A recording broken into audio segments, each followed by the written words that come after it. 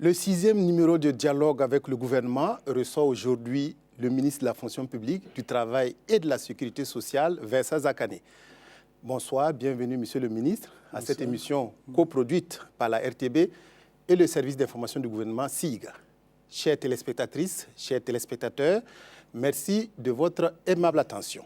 Entre la gestion des carrières des agents de la fonction publique, l'organisation des opportunités d'accès à cette même fonction publique à des milliers de candidats, la gestion du travail dans le privé et la sécurité sociale pour protéger tous les Burkinabés, on peut dire que le locataire du 922 avenue Kwame Nkrumah peut et doit réaliser les 12 travaux d'Hercule.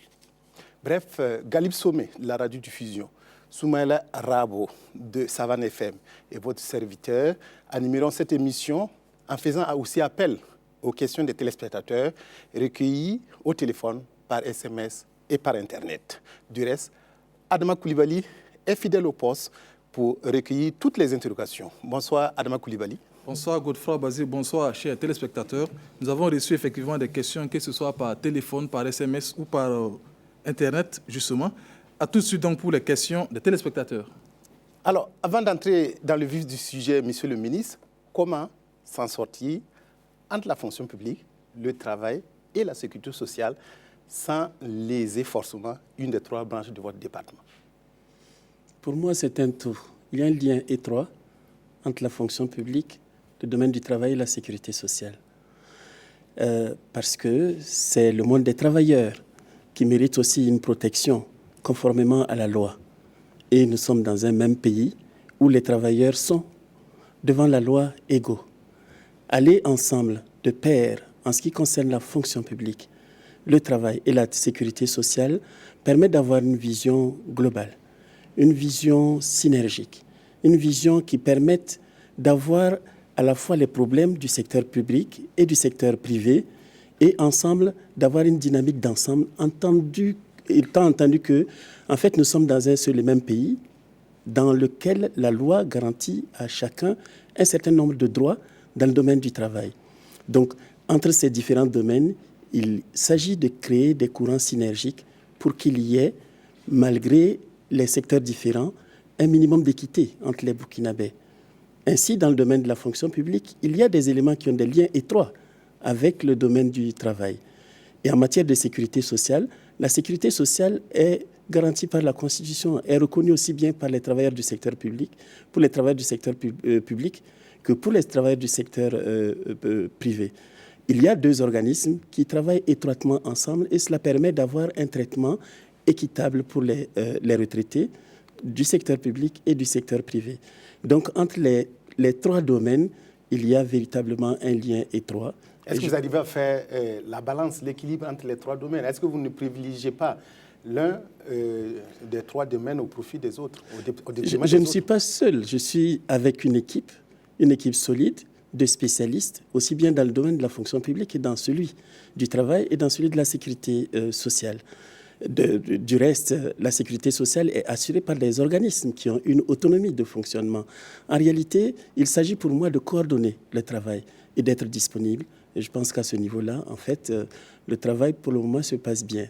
Il est lourd, c'est vrai, mais en fait, il y a un intérêt à avoir une approche d'ensemble à ce niveau. J'allais rebondir sur ce dernier aspect. Je voulais demander, est-ce que le département de la fonction publique se porte véritablement bien actuellement pour mener à bien la mission qui lui est confiée? Du point de vue des hommes, le département se porte bien.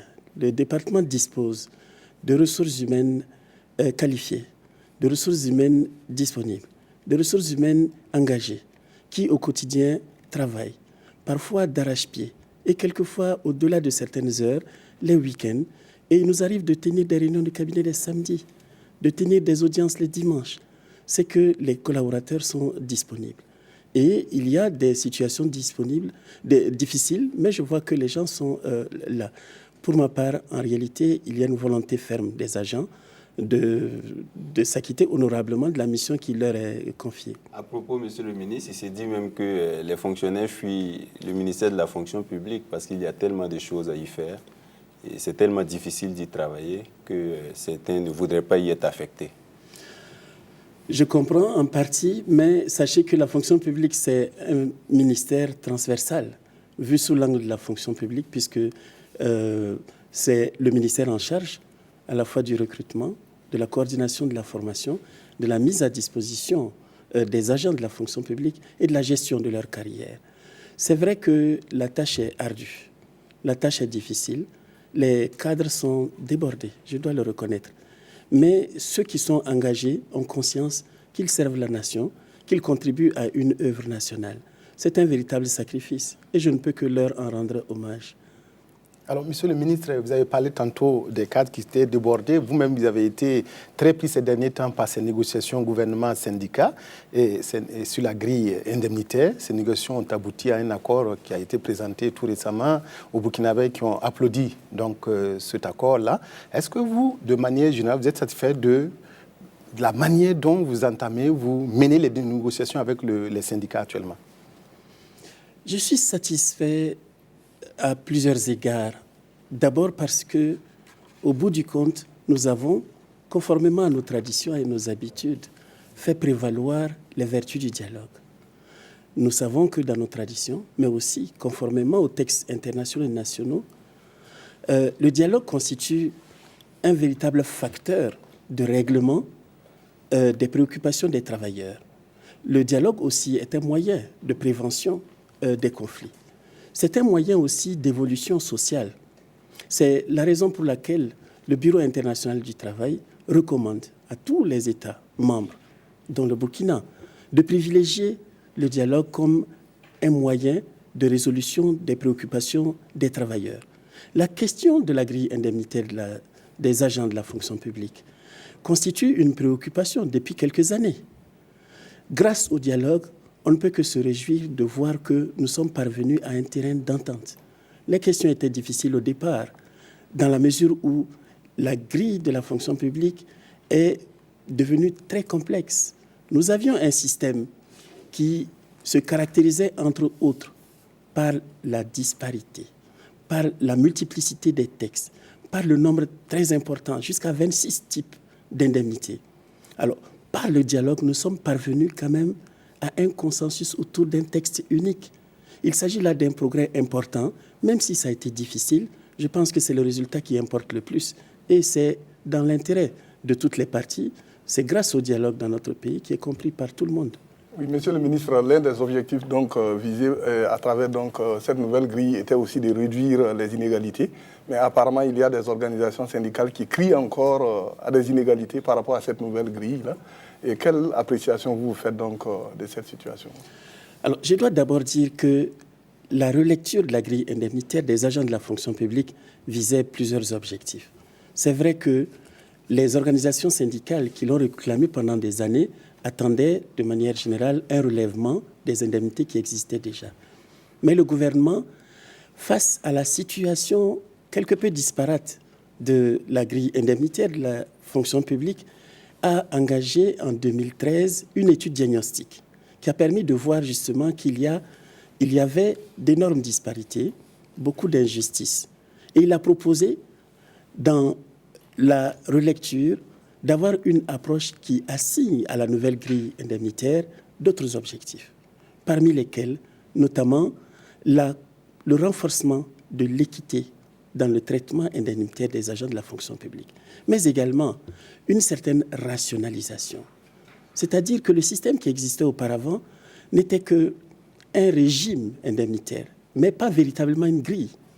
Au fond, je dirais que c'est un conglomérat d'indemnités, puisqu'il était fait d'un ensemble de 26 types d'indemnités, dont la gestion était devenue complexe, puisque contenue dans plusieurs textes à la fois. En rationalisant, il s'agissait de donner une certaine logique. Aujourd'hui, à l'issue des négociations. Nous pouvons nous réjouir parce que la nouvelle grille permet de faire un grand pas en avant entre l'ancienne grille, qu'on appelait abusivement grille indemnitaire, mais qui n'était qu'un régime indemnitaire, et la nouvelle grille indemnitaire. Pour moi, c'est le jour et la nuit. D'abord parce que la nouvelle grille est beaucoup plus simplifiée. De 26 types d'indemnités, nous les avons ramenés à 4. C'est plus facile à gérer. De 2, les indemnités sont contenues désormais dans un seul et même document, alors qu'auparavant, on avait plusieurs textes, ce qui rendait la gouvernance de ces indemnités particulièrement difficile. De 3, nous avons procédé à une véritable rationalisation, même si elle n'est pas parfaite. La rationalisation a consisté, d'abord, après le regroupement 4 natures d'indemnités, à faire en sorte que pour chaque type d'indemnité, on assigne des critères, des sous-critères. Pour chaque critère et sous-critère, il y a un système de cotation qui est affecté, qui permet de d'établir des coefficients d'équité. Et chaque coefficient permet d'affecter une valeur. Et sur la base de cette valeur, chacun peut, pour chaque indemnité, calculer l'indemnité qui est la sienne. Il y a une véritable rationalisation de cette grille. Désormais, nous avons deux décrets qui régissent la grille indemnitaire. Un premier décret qui établit des référentiels d'allocation des indemnités et un deuxième qui établit le régime indemnitaire. Globalement, la nouvelle grille permet véritablement un progrès en avant. Un progrès parce qu'il y a eu une amélioration du point de vue technique. C'est comme l'a dit les partenaires l'ont monsieur le ministre, cette grille-là, quand même, elle ne satisfait pas tout le monde. Bien sûr, il y a toujours des récriminations des salariés qui demandent un peu plus de justice encore. Oui. Naturellement, au début, on souhaitait renforcer davantage l'équité. Mais l'état du régime indemnitaire tel qu'il existait avait révélé de nombreux écarts. Et il y avait la possibilité d'établir une parfaite équité, ce qui était impossible à supporter par le budget de l'État. Il y avait aussi la possibilité de consacrer l'état des choses. Nous avons trouvé une voie médiane qui permet au moins que ce soit supportable par le budget de l'État. C'est ce qui a permis d'avoir une amélioration. Mais l'équité n'est pas parfaite encore, puisque dans la recherche de l'équité, il fallait aussi garantir la spécificité de certains emplois. La grille a permis de renforcer à la fois la spécificité et l'équité. Mais évidemment, cela ne suffit pas. Dans tous les corps, nous nous sommes rendus compte qu'il y a quand même des insuffisances. Ceci s'explique d'ailleurs par un fait bien précis, puisque dans les principes de négociation, nous avons convenu avec les partenaires sociaux de garantir le respect des droits acquis. Puisque certains avaient des indemnités élevées, avec la rationalisation, ils se trouvaient pour des types précis d'indemnités, avec un niveau plus élevé que l'indemnité rationalisée. Mais en vertu du principe de respect des droits acquis, évidemment, cela permet de garder d'une certaine manière. Donc, la correction demandera encore un peu de temps. C'est pourquoi il a été proposé aux organisations syndicales une amélioration progressive dans le sens du renforcement de l'équité. Et le dialogue gouvernement-syndicat va se poursuivre également sur la grille salariale, qui est en tout cas en attente. C'est un autre débat, mais les deux vont ensemble, puisque les agents de la fonction publique, tout comme les agents du secteur privé, sont traités du point de vue salarial sur la base d'une grille salariale. Cette grille doit évoluer avec le temps. Cette grille est attachée étroitement à leur statut. Or, ce statut, qui a été adopté en 1998 avec la loi 013 portant régime juridique applicable aux emplois et aux agents de la fonction publique, a fait un peu son temps. Cette loi a permis des progrès importants, mais présente aujourd'hui, dans un contexte qui a beaucoup évolué, un certain nombre d'insuffisances. Il faut l'adapter. La grille indemnitaire aussi doit être adaptée. Donc, ça fait partie du programme de réforme envisagé par le gouvernement. Pour prendre un exemple très précis, nous avons appris que le SINAPAGE a négocié ce matin, sans succès, avec le ministre des Enseignements secondaires et supérieurs. est-ce que vous pensez que l'indemnité spécifique que le SINAPAGER réclame ne peut pas être concédée par le gouvernement? Alors, je dois juste rappeler qu'à l'issue des négociations entre gouvernement et syndicats, qui ont malheureusement pris jusqu'à 9 mois, en raison de la complexité, mais aussi des attentes diversifiées des agents. Nous nous sommes entendus sur des points d'accord qui ont été consacrés par un communiqué et sur des points de non-accord consacrés par un communiqué. Parmi les points d'accord, le gouvernement avait réaffirmé sa volonté de respecter les engagements fermes déjà pris antérieurement, ce qui a été le cas puisque nous avons recensé tous les accords qui ont été conclus avec les partenaires sociaux. Parmi les accords, il y a justement l'accord du 9 juin 2011, conclu avec le ministre de l'Éducation nationale et de l'alphabétisation, qui consacrait parmi ces points l'extension de l'indemnité spéciale du MENA à tout le personnel. Je dis bien du MENA. Or, cette question n'a pas été consacrée par le communiqué final comme un point d'accord ou de non-accord. Il n'a pas été relevé non plus en ce qui concerne le personnel d'administration et de gestion du ministère des enseignements secondaires et supérieurs comme un point problématique, de telle sorte qu'il n'a pas été noté parmi les points. Mais c'est après la conclusion que ce problème a été posé. Alors, je dois rappeler que cet engagement concernait le MENA, mais pas le MES. Donc, c'est une question nouvelle qui se pose, qu'il faut examiner. Du reste, ce matin, vous l'avez dit, le ministre des Enseignements secondaires et supérieurs a rencontré les responsables du SINAPAGER et ils se sont expliqués. Par ailleurs, l'unité d'action syndicale a saisi le gouvernement d'un certain nombre de préoccupations. Le gouvernement lui-même, en adoptant le 24 mars dernier la nouvelle grille indemnitaire, a relevé un certain nombre de préoccupations. Et tous les ministères ont été saisis pour pouvoir émettre leurs préoccupations, ce qui est en train de se faire, si ce n'est déjà fait. Donc c'est une préoccupation que nous considérons comme une préoccupation nouvelle qu'il faut discuter. Nous avons convenu avec les organisations syndicales que les discussions se poursuivront. Les questions nouvelles, tout comme les préoccupations qui n'ont pas trouvé de solution, feront l'objet d'une évaluation. Et la discussion se poursuit. Donc nous sommes toujours en discussion avec eux sur ce point. Pour moi, le dialogue n'est pas rompu. C'est une préoccupation digne d'intérêt. Nous allons pouvoir discuter là-dessus. Oui, monsieur le ministre, il était même prévu la mise en place d'un comité pour essayer d'approfondir la réflexion sur un certain nombre de points. Oui. À quel stade en êtes-vous avec la mise en place de ce comité? Ou bien c'est encore tôt? C'était une proposition du gouvernement, mais au bout du compte, le gouvernement avait fait 2 propositions. La première consistait à mettre en place un comité conjoint chargé d'intégrer les amendements, les incorrections, les erreurs qui avaient été énoncées. Ce comité a été mis en place, a fait son travail, ce qui a permis de finaliser la nouvelle grille. Le gouvernement avait proposé aussi une commission chargée de réfléchir sur la révision de la nouvelle grille indemnitaire.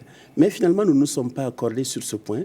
Nous nous sommes accordés sur la nécessité de renvoyer cette question à la rencontre traditionnelle gouvernement-syndicat qui a lieu tous les ans.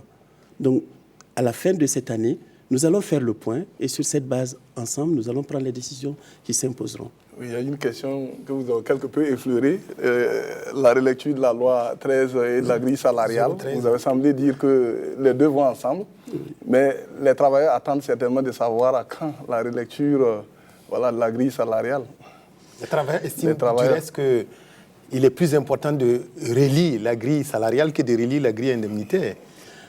Oui, la relecture de la grille indemnitaire était un engagement du gouvernement vis-à-vis des organisations syndicales, assorti d'un délai. Il fallait bien que nous puissions mettre ça en avant. Sinon, logiquement, il eût été préférable de procéder à la relecture de la grille salariale d'abord, avant de procéder à la relecture de la grille indemnitaire. Et même, les 2 dynamiques devaient être précédées par la relecture de la loi d'abord, parce que c'est en fonction des catégories, des emplois, qu'il y a une allocation salariale et une allocation indemnitaire. Alors, mais nous avons commencé en mettant la charrue avant les bœufs. qu'à cela ne tienne, le plus important, c'est de pouvoir répondre aux attentes des travailleurs pour l'immédiat. Après la grille indemnitaire, naturellement, il y a la loi 013 qui viendra. La loi 013, nous sommes déjà engagés dans le processus. Le processus même est assez ancien, puisque la relecture de la loi 013 a été recommandée par une équipe d'experts qui a procédé à l'évaluation de la loi 013 10 ans après son entrée en vigueur, en 2009, et a recommandé une relecture pour l'adapter à l'évolution. Des propositions ont été faites, une évaluation a été faite, mais c'est en 2013 que le processus a été véritablement engagé, en juin 2013. En décembre, le point a été fait au Conseil des ministres qui a donné des orientations pour aller vers une véritable relecture dans une démarche participative impliquant tous les départements ministériels, tous les emplois et les partenaires sociaux. Le processus est en cours, il est bien engagé. Pour la grille salariale, évidemment, les deux sont liés. Donc, dans la dynamique de la loi 013, il y aura certainement la grille salariale. Seulement, à l'heure actuelle, aucune décision n'est prise et je ne peux pas vous dire que cette relecture aura lieu dans tel mois ou tel autre mois. Mais nous sommes déjà dans la dynamique de la relecture de la loi 013. Le gouvernement demande à souffler. Souffler, c'est un peu trop dire. Mais c'est un fait que la grille indemnitaire, telle que révisée, telle que relue, a eu un impact budgétaire si important que son incidence joue sur l'équilibre macro-budgétaire. Comme vous le savez, nous sommes dans un processus communautaire avec des engagements, notamment dans le cadre du pacte de convergence budgétaire, dans lequel il y a un certain nombre de critères de convergence. Ce sont des engagements qui sont aussi pris en compte par nos partenaires techniques et financiers. Parmi ces critères de convergence, il y a le critère, le ratio masse salariale recette propre. Dans le cadre de l'UEMOA, ce ratio est de 35%. Donc 35% des masses salariales, la masse salariale doit être contenue dans 35% des recettes propres. Nous étions à peu près dans cette fourchette. Malheureusement, avec l'incidence budgétaire de la grille indemnitaire qui est de 54 milliards 71 millions 710 millions de francs, nous dépassons de loin ces convergences. Il faut trouver les moyens d'équilibre. Ceci conduit le gouvernement à rechercher les voies et moyens pour revoir tout simplement le budget de cette année de manière à pouvoir porter. Alors, peut-on porter encore une nouvelle incidence sur le budget sans déséquilibrer totalement notre budget? À mon avis, il faut quand même y aller de manière équilibrée. Voilà, sur le dialogue gouvernement-syndicat, je vous propose d'écouter la réaction de quelques syndicalistes et des autorités du ministère de la fonction publique du travail et de la sécurité sociale recueillies pour vous.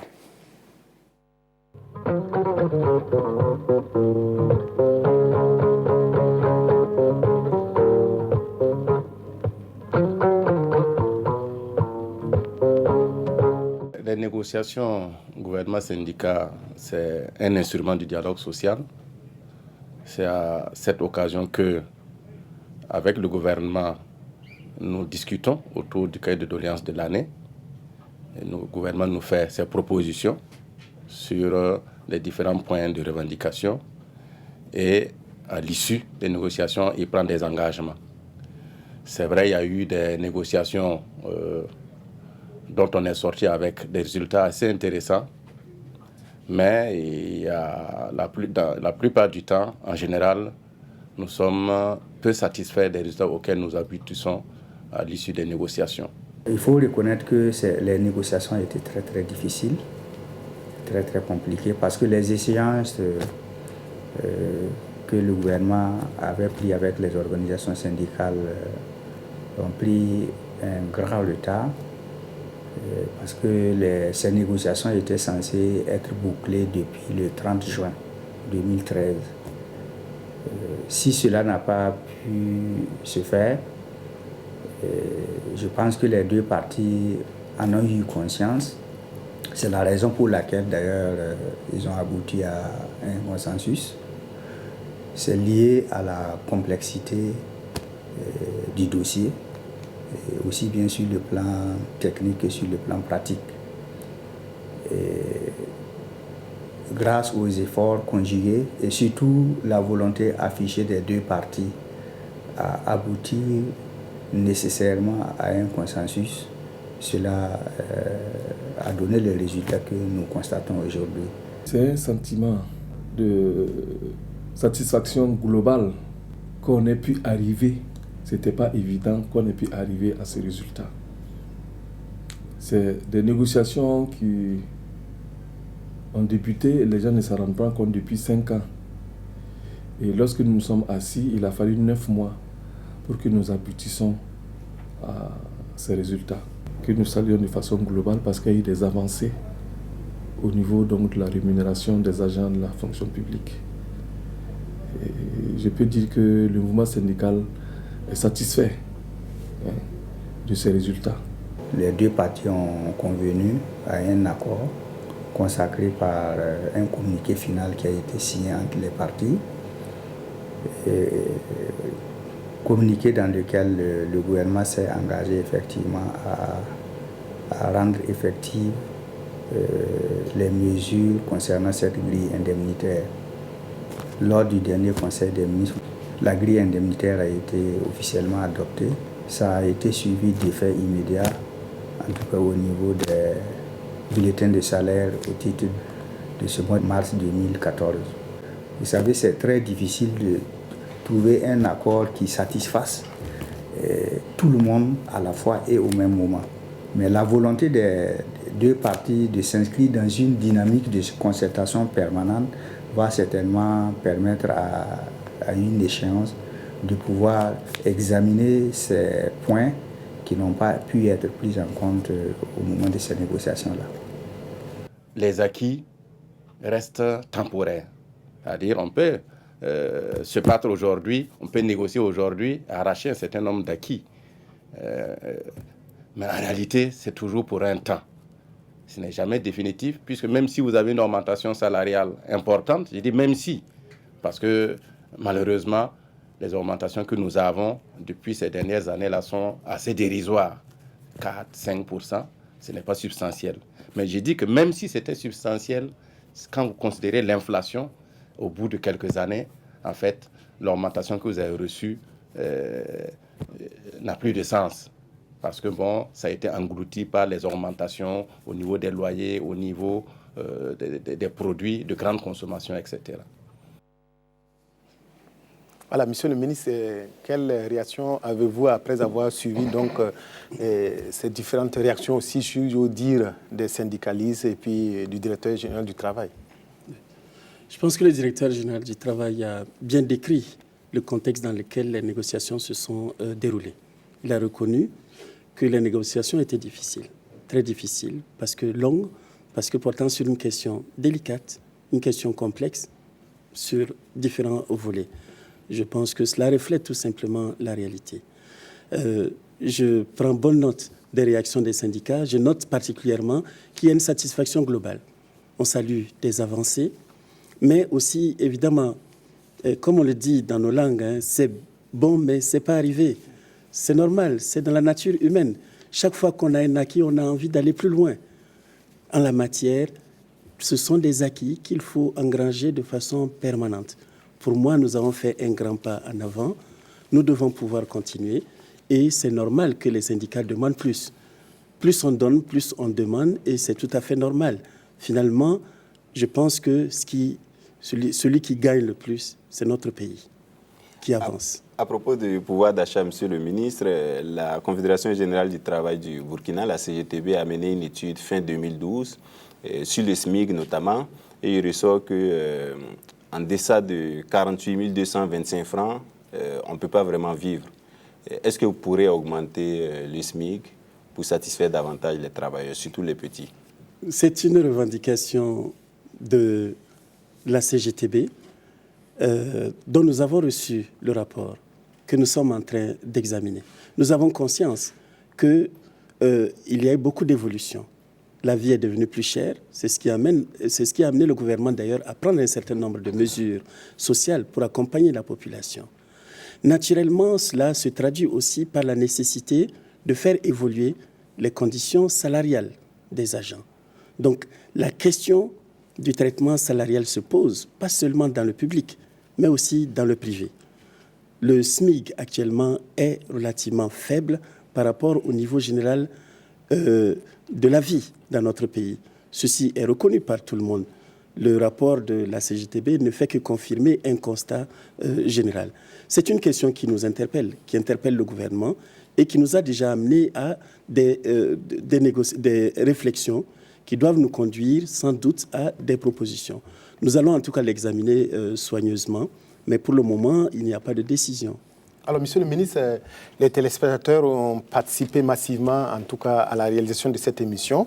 Et nous allons, par rapport à ce premier point du dialogue gouvernement et syndical, nous allons retrouver Adama Coulibaly pour qu'il puisse nous faire état des questions, des préoccupations des téléspectateurs et recueillies par lui-même.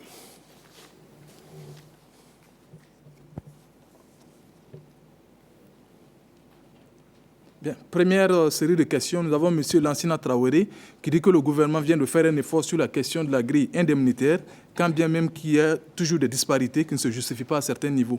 Il demande à une révision de la grille salariale qui brime les fonctionnaires depuis la création du statut des contractuels.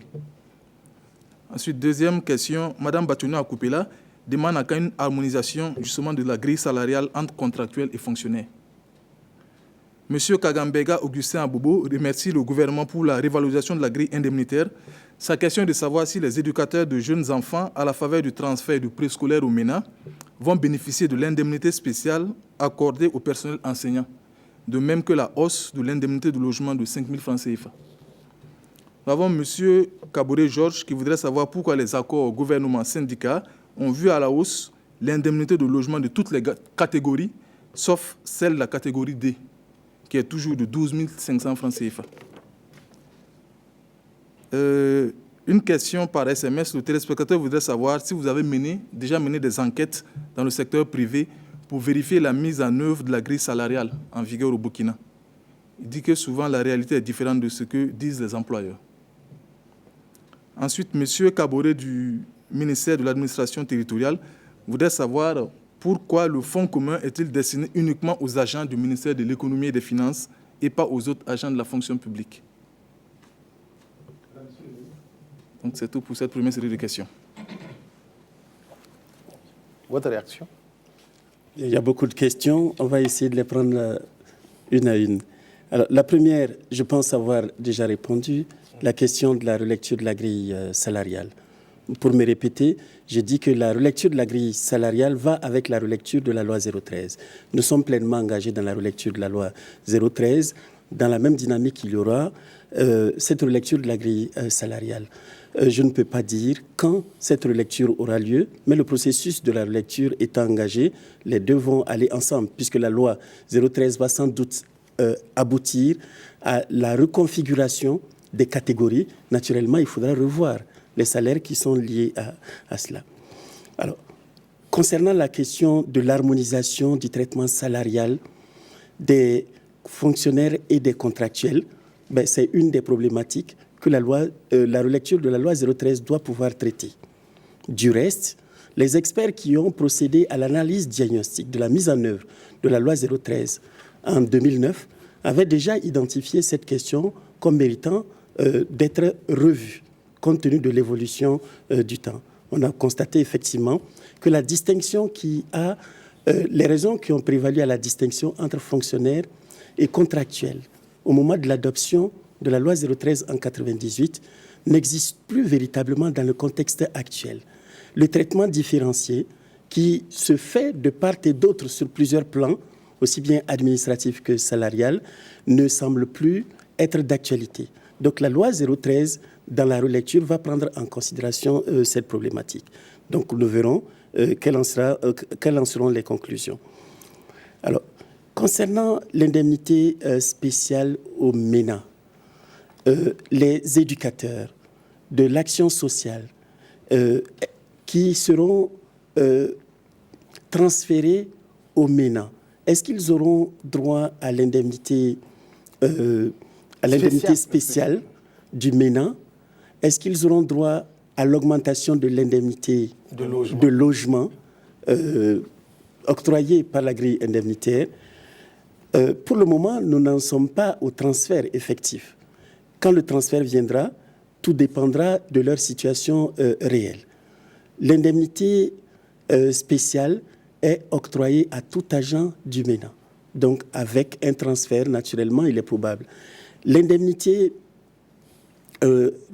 l'augmentation de l'indemnité de logement est accordée aux enseignants. Donc, tout dépendra. Si les conditions sont remplies par ceux qui seront transférés, naturellement, ils auront droit à ces indemnités.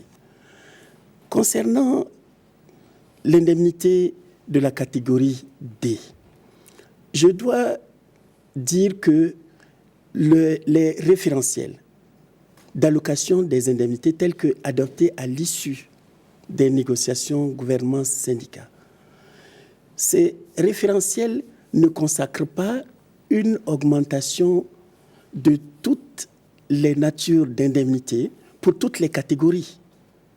Il y a des endroits où il y a eu des augmentations et d'autres catégories où il n'y a pas eu d'augmentation. Il y a eu des indemnités où il y a des augmentations, des indemnités où il n'y a eu aucune augmentation.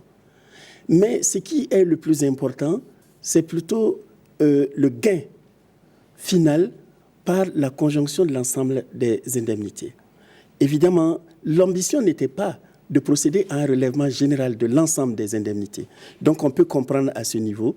Je comprends la préoccupation. Donc, cette préoccupation sera prise en compte dans la dynamique d'amélioration que nous avons voulu mettre en place avec les organisations syndicales.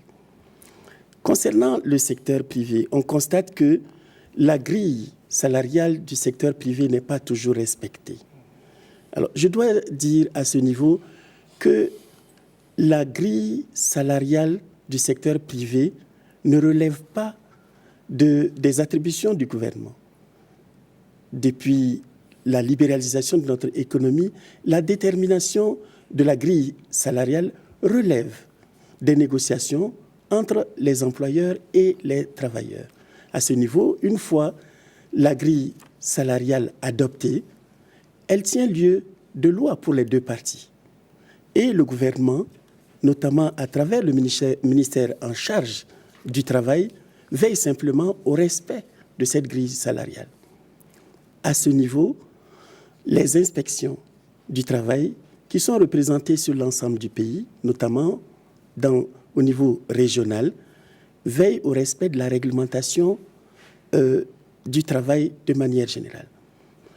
Les inspections du travail opèrent régulièrement des contrôles dans les entreprises et dans les contrôles qui sont opérés, notamment à travers des tournées de contrôle, ils procèdent régulièrement à la vérification du respect de l'ensemble des charges qui pèsent sur chaque entreprise. La question salariale fait partie des questions qui peuvent être abordées. À la fin de chaque année, nous recevons les statistiques du travail qui nous permettent de savoir où se situent les difficultés et d'agir en cas de besoin. Oui, monsieur le ministre, peut-être que cet agent est dans une situation un peu différente. Oui. Si par hasard, effectivement, les clauses du contrat ne sont pas respectées, oui, qu'est-ce qu'il doit faire? Il lui appartient simplement de saisir l'inspection du travail, de soumettre sa préoccupation. Dans les contrôles, l'inspection du travail, lorsque elle constate qu'un employeur n'est pas en règle, elle procède tout simplement au respect, aux dispositions prévues par la loi. Donc, si un employé estime que les dispositions de la loi ne sont pas respectées, il peut saisir l'inspection du travail qui peut mener les diligences nécessaires et une enquête ciblée s'il y a lieu. Sinon, nous n'avons pas envisagé d'enquête globale, ce qui est plus compliqué. Et le fonds commun, pourquoi c'est les agents du ministère de l'économie et des finances et pas les autres agents? C'est une situation de fait. Il ne s'agit pas d'un texte qui a une application générale. Je constate tout simplement qu'il y a dans ce département ministériel des fonds communs. Ces fonds communs ne sont pas prévus par la loi 013 pour l'ensemble des agents de la fonction publique. Je ne saurais donc vous dire pourquoi ces fonds existent dans tel ministère, mais pas dans les autres ministères. Ce qui est sûr, c'est que ces fonds communs ne sont pas consacrés comme un droit des agents de la fonction publique à mettre à la disposition de l'ensemble des agents ou des départements. La question concernant les concours, nous savons que nous sommes dans la période des concours professionnels d'abord et bientôt les directs.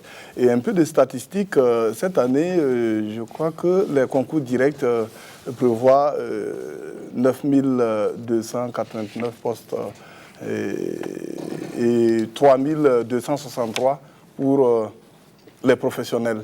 Et quand on essaie de faire une comparaison par rapport à l'année dernière, on sent qu'au niveau des concours directs, il y a une certaine réduction. Et comment expliquez-vous cette situation de réduction au niveau des concours directs si nos chiffres sont exacts? D'abord, il faut dire que les concours directs sont organisés sous la responsabilité du ministère en charge de la fonction publique qui, en la matière, se fonde sur un tableau prévisionnel des emplois et des effectifs de la fonction publique, lequel tableau est alimenté par les départements ministériels. Chaque année, les départements ministériels expriment leurs besoins en ressources humaines en fonction des différentes catégories, notamment pour les concours directs, les concours professionnels, et c'est par la centralisation de ces concours que l'on détermine le nombre de postes à pourvoir au titre des concours professionnels ou des concours directs. À cet égard, nous ne pouvons pas dire qu'il y a une régression. L'année dernière, en 2013, il y a eu plus de 12 000 postes annoncés, mais les 12 000 postes étaient la sommation à la fois des concours directs, ordinaires, et des concours sur mesure nouvelle spéciale, puisque des départements ministériels ont obtenu une autorisation spéciale pour recruter des effectifs plus importants pour répondre aux besoins urgents. Ce sont les départements en charge des secteurs sociaux, comme la santé, le MENA. Au titre du MENA, nous avons lancé un concours direct pour recruter des instituteurs adjoints certifiés en 2013 pour des effectifs de 5 000 postes, ce qui était exceptionnel. Ce sont ces effectifs qui, cumulés, donnaient 12 000 et quelques. Les concours professionnels et les concours directs de cette année, tels qu'annoncés, ne concernent pour le moment que les concours directs. En plus de l'année dernière, certains départements ministériels, comme le MENA, le ministère de la Santé, l'Agriculture, le ministère en charge de l'eau, ont obtenu une autorisation pour recruter en plus. Donc pour le moment, les effectifs ne sont pas encore complets. On ne peut pas dire qu'il y a eu une réduction. Oui, c'est dans les effectifs normaux, parce que pour les concours directs en 2013, les effectifs étaient prévus pour 8 224 postes au départ. Mais avec les mesures nouvelles spéciales, on s'est retrouvé à plus de 12 000. Cette année, on est à 9 400 et quelques. Donc, il y a plutôt un accroissement par rapport à l'année dernière. Donc, en fait, il n'y a pas du tout de régression. On a au total aujourd'hui 9 578, donc en chiffres corrigés. Donc, en fait, il y a plutôt une augmentation par rapport à l'année dernière en attendant les mesures nouvelles spéciales. Oui, et à quel stade vous en êtes avec l'organisation de ces concours, notamment d'abord professionnels et ensuite à quand les directs? Oui. Alors, les concours professionnels sont déjà lancés, comme vous le savez. Les dépôts de candidature se poursuivent jusqu'au 8 et à la fin du mois d'avril, je crois que c'est les 26, 27, 28 avril, auront lieu les épreuves. Et donc, la dynamique est déjà lancée. Mais pour les concours directs seront lancés au mois de mai. Les dépôts des dossiers sont attendus du 12 au 22 mai et les épreuves sont prévues au mois d'août, du 1er au 11 août 2014. Donc tout est déjà programmé. Monsieur le ministre, on voit souvent un spectacle qui est désolant. Au lieu de dépôt des dossiers de concours, on voit des candidats qui veillent pour déposer leurs dossiers. C'est un problème apparemment facile à résoudre. Pourquoi vous ne le faites pas? C'est un problème qui est là depuis quelque temps. Et l'année dernière, nous avons atteint un peu le summum puisque nous avons dépassé de loin le cap de plus de 500 000 candidatures, avec précisément 543 000 et quelques candidatures. nous avons pu assister, comme vous le dites si bien, à un spectacle désolant. Des candidats étaient obligés de se lever très tôt, à 4 heures du matin, à 3 heures du matin, d'aller s'aligner ou de poser des cailloux, et parfois de se retrouver dans une situation malaisée. Nous avons été interpellés sur la question, et avec les candidats, nous avons engagé des discussions qui nous ont amenés à pousser la réflexion au sein du ministère. Déjà, des mesures ponctuelles avaient été prises, mais au regard de cette situation, nous avons pensé à apporter cette année, j'espère que nous serons à temps, 2 types d'innovations. La première innovation résiderait probablement dans la relecture des textes pour tenir compte de cette situation. La relecture des textes pour revoir un peu les délais de dépôt de ces candidatures, de manière à ne pas alléger et de manière à ce que nous puissions soulager la tâche des candidats. La deuxième solution que nous avons envisagée consiste tout simplement à faire appel aux technologies de l'information et de la communication. Nous avons un projet, depuis 2013, l'idée de mettre en place un guichet unique virtuel de l'administration publique dont l'ambition est de dématérialiser les services publics, de transformer qualitativement les relations entre l'administration et l'usager de l'administration, de manière à ce qu'on puisse faciliter les services, accélérer le traitement et permettre aux citoyens d'être plus proches de l'administration ou à l'administration de se rapprocher. Est-ce que vous parlez des inscriptions sur Internet, par exemple? Non, c'est l'ensemble des services de l'administration par un guichet virtuel unique, dont l'application va pouvoir commencer cette année avec une expérience pilote que nous appelons la solution e-concours. La solution e-concours est en pleine construction. Nous espérons que d'ici le début, pour les concours directs, nous pourrons la mettre en application.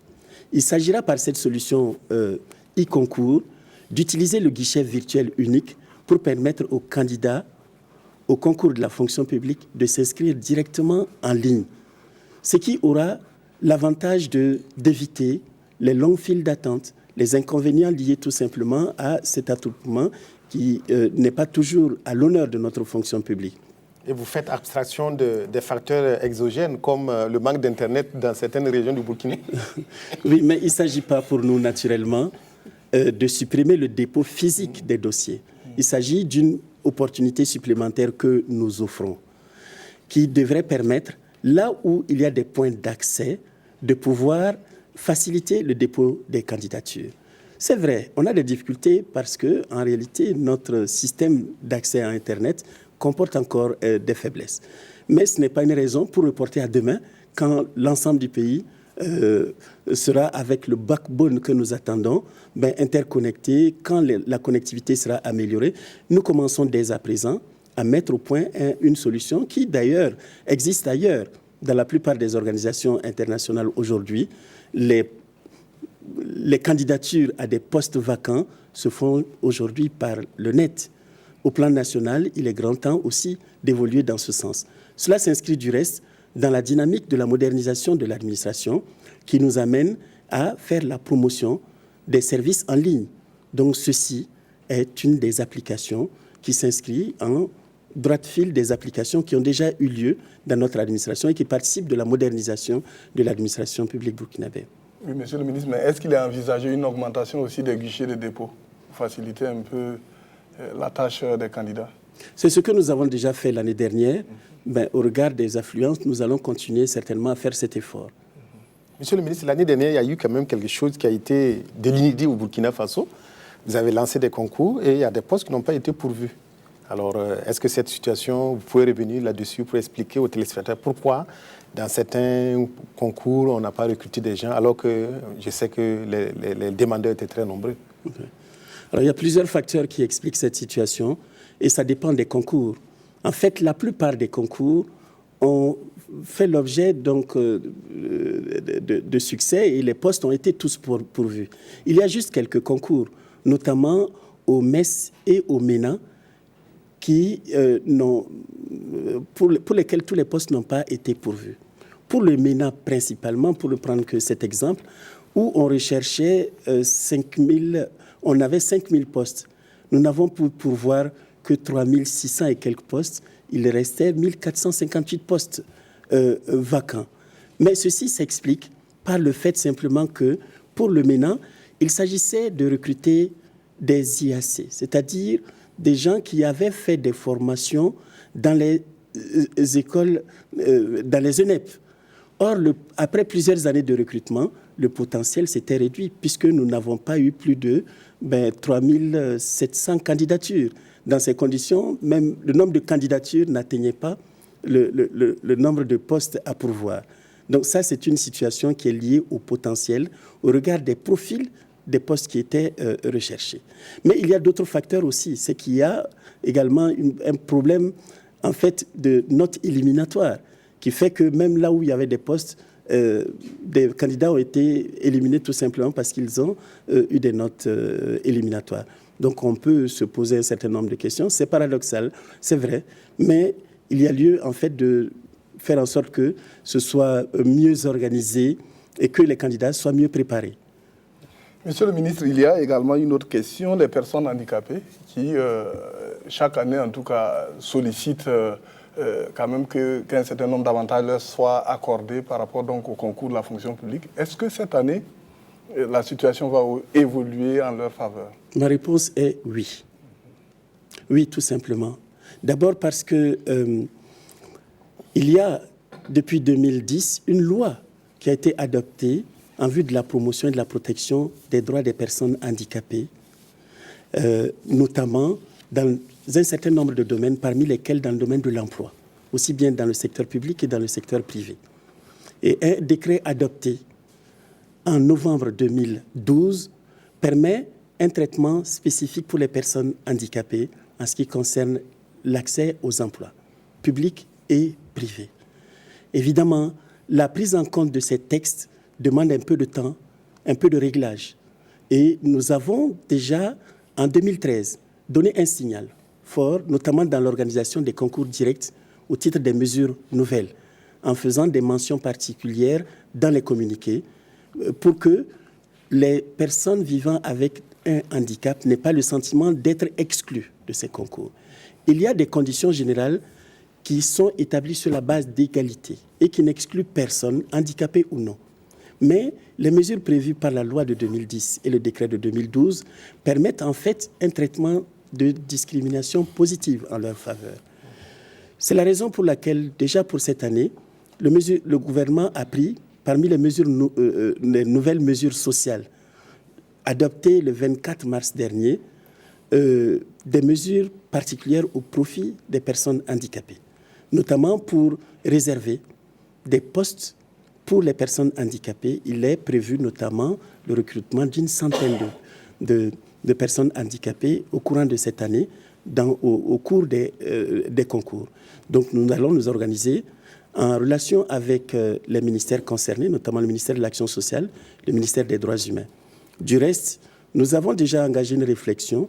Un comité de réflexion a été établi, interministériel, ayant impliqué les représentants des organisations de personnes handicapées et qui est en train de finir son rapport pour nous soumettre des conclusions, des propositions permettant soit une relecture des textes d'organisation des concours de la fonction publique, soit des mesures spéciales au profit des personnes handicapées. Nous avons donc bon espoir que cette année, nous pourrons faire de grands efforts.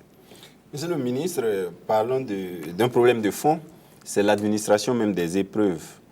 Est-ce qu'avec des QCM, on peut recruter de bons agents de la fonction publique avec des tests psychotechniques que les gens parfois récitent par cœur?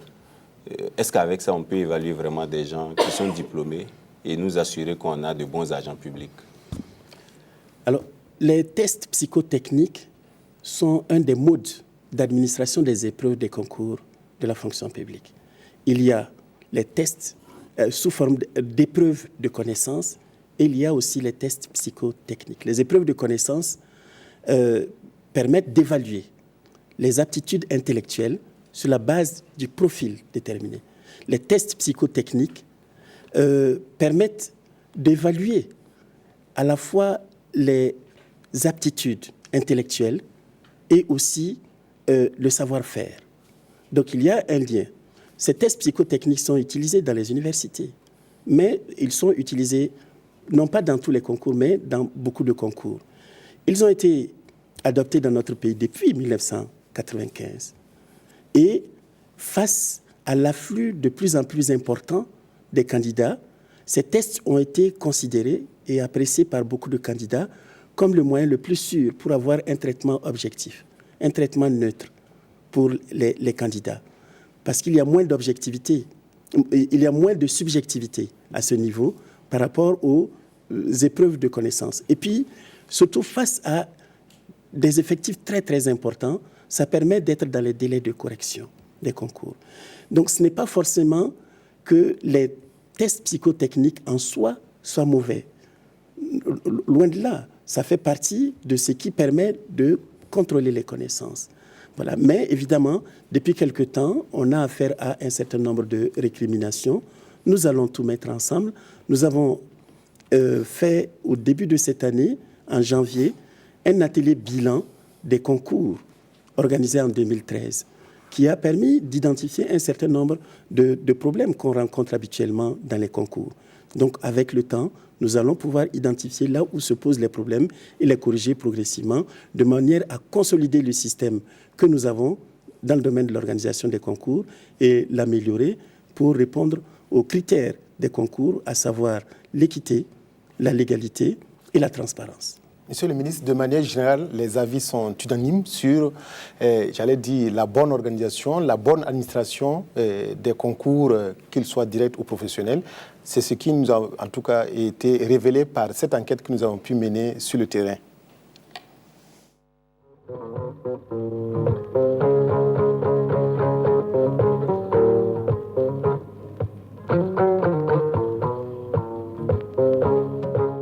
Il a constaté qu'il y a eu de l'amélioration. Avant, il faut d'abord finir de composer les tests de niveau, ensuite psychotechnique. Et maintenant, c'est sur une même feuille que tu composes. Bon, ça garde vraiment du temps. Donc vraiment, je trouve que c'est vraiment un pas en avant. Les faiblesses, il faut peut-être noter l'insuffisance des centres de dépôt des dossiers. C'est quand même regrettable de voir beaucoup de personnes passer souvent la nuit pour pouvoir déposer un dossier pour un concours. Cela est très humiliant. Au niveau de l'enseignement, on remarque qu'on fait ça par région. Et par région aussi, ce n'est pas toujours évident que ce soit le meilleur qui retienne au niveau des différentes régions. Donc à ce niveau aussi, vous pouvez revoir la manière de faire. Voilà. Donc sinon, il n'y a pas de problème comme ça. C'est bon dans l'ensemble. On sent que les concours sont compressés. C'est-à-dire qu'il n'y a pas une grande étendue pour permettre à beaucoup d'hommes de pouvoir composer à plusieurs concours, de pouvoir postuler. Parce que souvent, il peut arriver que tu déposes 7 concours et arriver qu'il y a des coïncidences. Donc si l'État pouvait voir aussi, ou bien le ministre pouvait essayer d'étendre un peu la période de composition afin de donner la chance à beaucoup de personnes aussi de multiplier la chance, à savoir en composant, en postulant pour plusieurs concours. Mais faire des dépenses pour 10 concours et se retrouver avec 2 concours parce que les autres sont en même temps et composés les mêmes jours, on voit que c'est au moins une défaillance. Sinon que le fait de chaque année organiser, en tout cas c'est appréciable. Parce que dans certains pays on ne voit pas ça. On sent qu'il y a beaucoup d'améliorations par rapport aux années écoulées. On pouvait s'asseoir dans les salles. Souvent même les épreuves peuvent venir vers les 13h comme ça. Mais maintenant, on voit que quand on rentre, à partir de 7h30 seulement, les épreuves sont là et que vraiment on commence à traiter. Au plus tard, à 10h30, 11h, on a déjà fini. Vraiment, je crois qu'ils ont progressé à ce niveau et moi je les félicite pour ça. Maintenant, on se rend compte que la pagaille qui existait dans les centres de composition, cela a diminué. Il faut aussi observer que les résultats, on n'est plus obligé de s'attrouper pour voir les résultats, car cela est communiqué sur le net, le site du gouvernement, et cela est très positif. Voilà, Monsieur le ministre, quelques avis sur l'organisation pratique des concours. Et en tout cas, c'est comme je l'ai dit dans l'introduction, de manière générale, les Burkinabés sont satisfaits de la manière dont sont menés ces concours-là. Bien, c'est plutôt encourageant pour le ministère et pour les cadres qui se dévouent pour que ces concours soient bien organisés dans l'équité, dans la légalité et dans la plus grande transparence. Je note qu'on apprécie les efforts qui ont été faits et je note que c'est un encouragement aussi à poursuivre des efforts dans ce sens. Je note également que l'on note un certain nombre d'insuffisances, que j'en ai pris bonne note, notamment en ce qui concerne le dépôt des candidatures. Nous en avons parlé tout à l'heure. Je pense qu'il faut examiner soigneusement. Nous allons prendre des mesures dès cette année dans ce sens-là. On a noté aussi un certain nombre de défaillances, comme ils le disent. Nous allons également examiner ça et apporter les corrections nécessaires. En tout cas, nous allons toujours poursuivre les efforts dans ce sens pour que ces concours répondent aux attentes des Burkinabés. Quelqu'un a demandé de faire en sorte qu'ils puissent composer 10 fois pour 10 concours différents. Vous êtes d'accord? En tout cas, il est possible pour les candidats de déposer des dossiers de candidature dans plusieurs concours. Il n'y a pas de limitation à ce niveau. Mais comme nous organisons tous les concours dans un délai record, il y a plusieurs concours. Cette année, pour les concours directs, nous envisageons 119 concours directs. 119 concours directs, pour les organiser en même temps, c'est compliqué de le faire toute l'année. On est obligé de le faire dans un temps record, donc il est difficile. Mais nous allons nous organiser pour que toutes les épreuves n'aient pas lieu le même jour, puisque c'est fait, c'est étalé sur une dizaine de jours. Est-ce que d'avance, les candidats ne peuvent pas connaître, j'allais dire, le calendrier des concours? Le calendrier est communiqué habituellement, oui. Voilà. Mais c'est à quelques jours que le calendrier est affiché. Ils savent quel concours a lieu, ce qui donne en fait toute possibilité aux candidats de choisir les concours pour lesquels ils estiment qu'ils ont plus de chances. D'ailleurs, c'est un jeu normal, puisque les candidats vont généralement là où il y a moins d'effectifs et là où il y a le plus de postes, au regard, en fait, de leurs chances. Chacun fait le calcul. Je pense que c'est une dynamique de compétitivité plutôt qu'il faut encourager.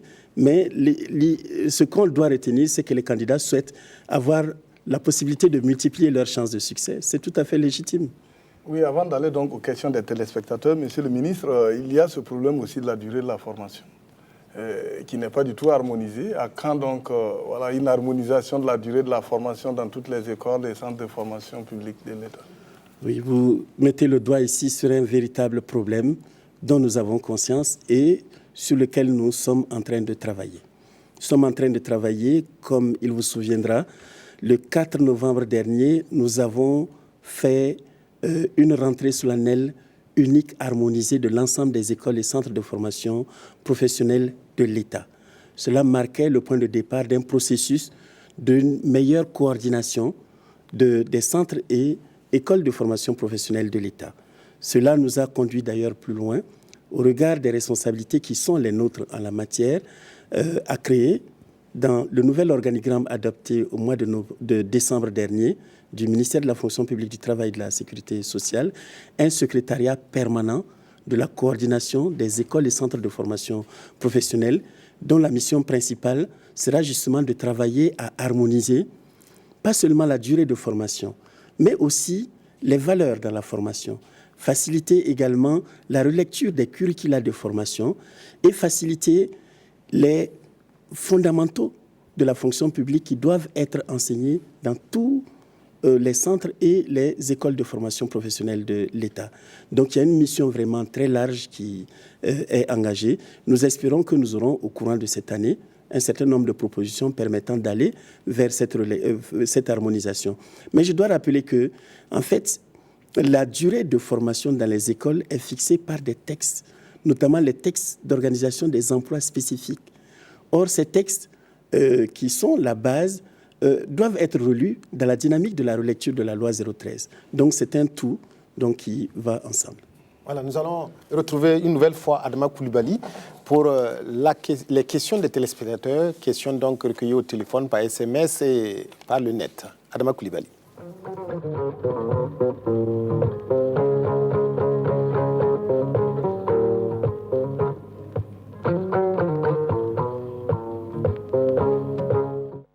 Bien, première question de cette deuxième série. Pourquoi les agents de la RTV ont toujours des problèmes pour faire des concours de l'ENAM, vu que les deux ministères, il s'agit des ministères de la Communication et de la Culture, ne sont plus ensemble? et même après 2 ans de formation à l'ENAM pour revenir dans leur ministère d'origine, c'est encore la croix et la bannière. Bien. Ensuite, deuxième question. Monsieur Ambroise Savadogo voudrait savoir pourquoi les promotions des adjoints de secrétaires sortis de l'ENAM en 2009 et antérieurement ne sont plus autorisés à prendre part au concours professionnel des secrétaires administratifs cycle B. Monsieur Ibrahim Sinou souhaiterait savoir pourquoi les élèves fonctionnaires, ingénieurs d'élevage option zootechnie admis à un concours professionnel à l'Institut Polytechnique Rural de Katibou au Mali doivent prendre en charge leurs frais de formation. Ils ne perçoivent ni bourse ni indemnité de stage de la part de l'État. Donc, il voudrait savoir pourquoi cette situation. Un téléspectateur par SMS dit que dans le souci d'harmoniser la rentrée dans les écoles professionnelles, leur rentrée, il est dans le domaine de la santé, a été repoussée d'octobre à novembre et actuellement, ils ne sont pas en mesure de boucler le programme.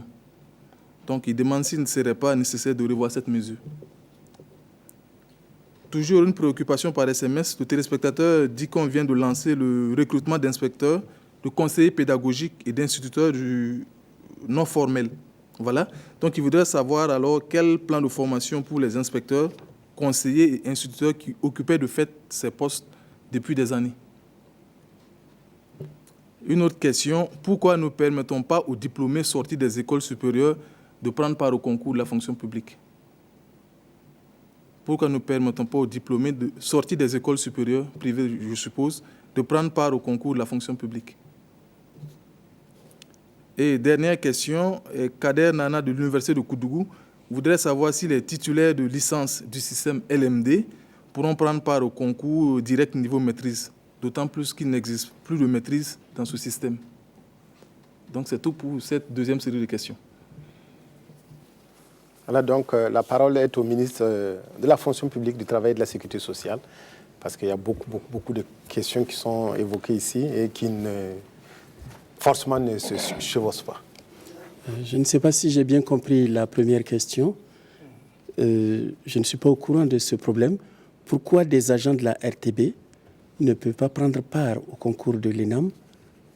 De quel concours il s'agit? En fait, il y a une branche de formation, je crois, au métier de l'audiovisuel à l'ENAM. Et il y a beaucoup d'agents de la fonction publique. C'était le ministère de la Culture et de la Communication qui ont pris part à cette formation et qui sont maintenant diplômés de l'ENAM. Maintenant, je crois que cette branche-là est fermée maintenant. Je crois que c'est la préoccupation du téléspectateur.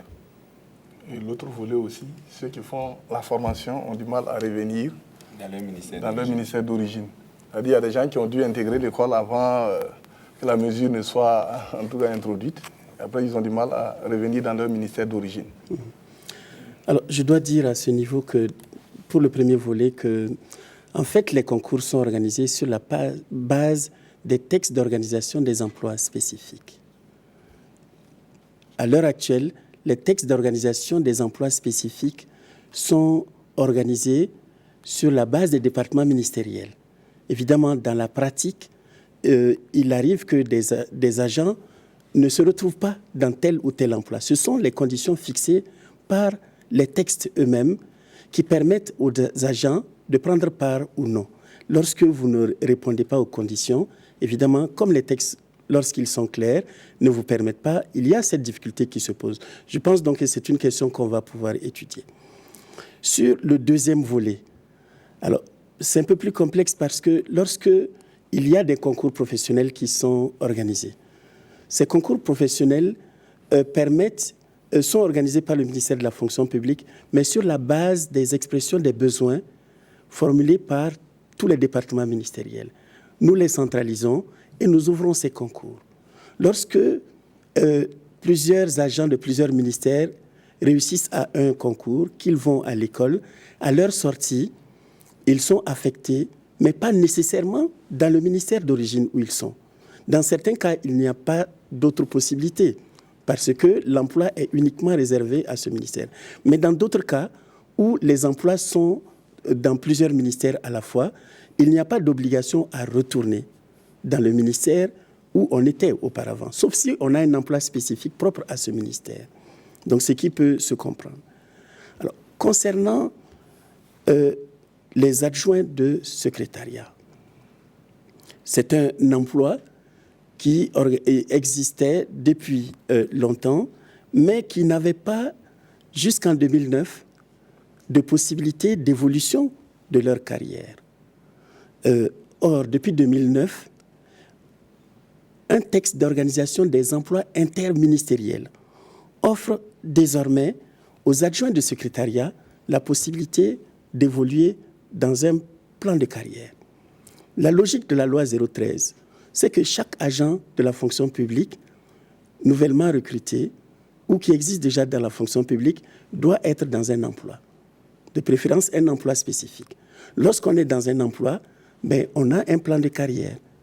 Lorsqu'on n'est pas dans un emploi, comment évoluer s'il n'y a pas de plan de carrière?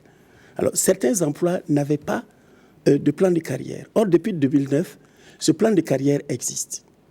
C'est la raison pour laquelle il leur est demandé d'évoluer dans leur emploi, tout comme chacun est invité à évoluer dans son emploi. Si je suis recruté aujourd'hui, je prends des exemples extrêmes, je suis recruté comme médecin, je ne peux pas revenir demain comme instituteur. J'évolue dans mon corps. Chacun évolue dans son corps. Les adjoints de secrétariat, des concours leur étaient ouverts, notamment les concours des adjoints administratifs. Donc depuis 2009, du fait qu'ils ont la possibilité d'évoluer dans leur emploi, ces concours ont été fermés tout simplement parce que aujourd'hui, dans tous les emplois, chacun veut préserver son emploi. Chacun veut évoluer aussi dans son emploi.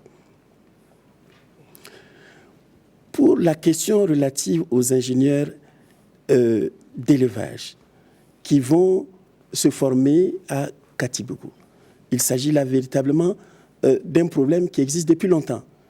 Depuis longtemps, en fait depuis toujours, ceux qui se forment là-bas se prennent en charge. Ça constitue réellement un problème puisque habituellement, dans la fonction publique, lorsque vous êtes admis à un concours professionnel, la plupart des concours professionnels se font sur place. Les frais de formation relèvent de l'État. Il est rare que l'État envoie à l'extérieur pour les concours. Donc, dans ce cas précis, cela s'explique simplement par l'absence de lignes budgétaires à cet effet. Et donc, depuis quelque temps, le ministère de la fonction publique a été saisi de ce problème et a initié un certain nombre de solutions possibles. Ces solutions sont en cours, mais n'ont pas encore abouti à ce jour.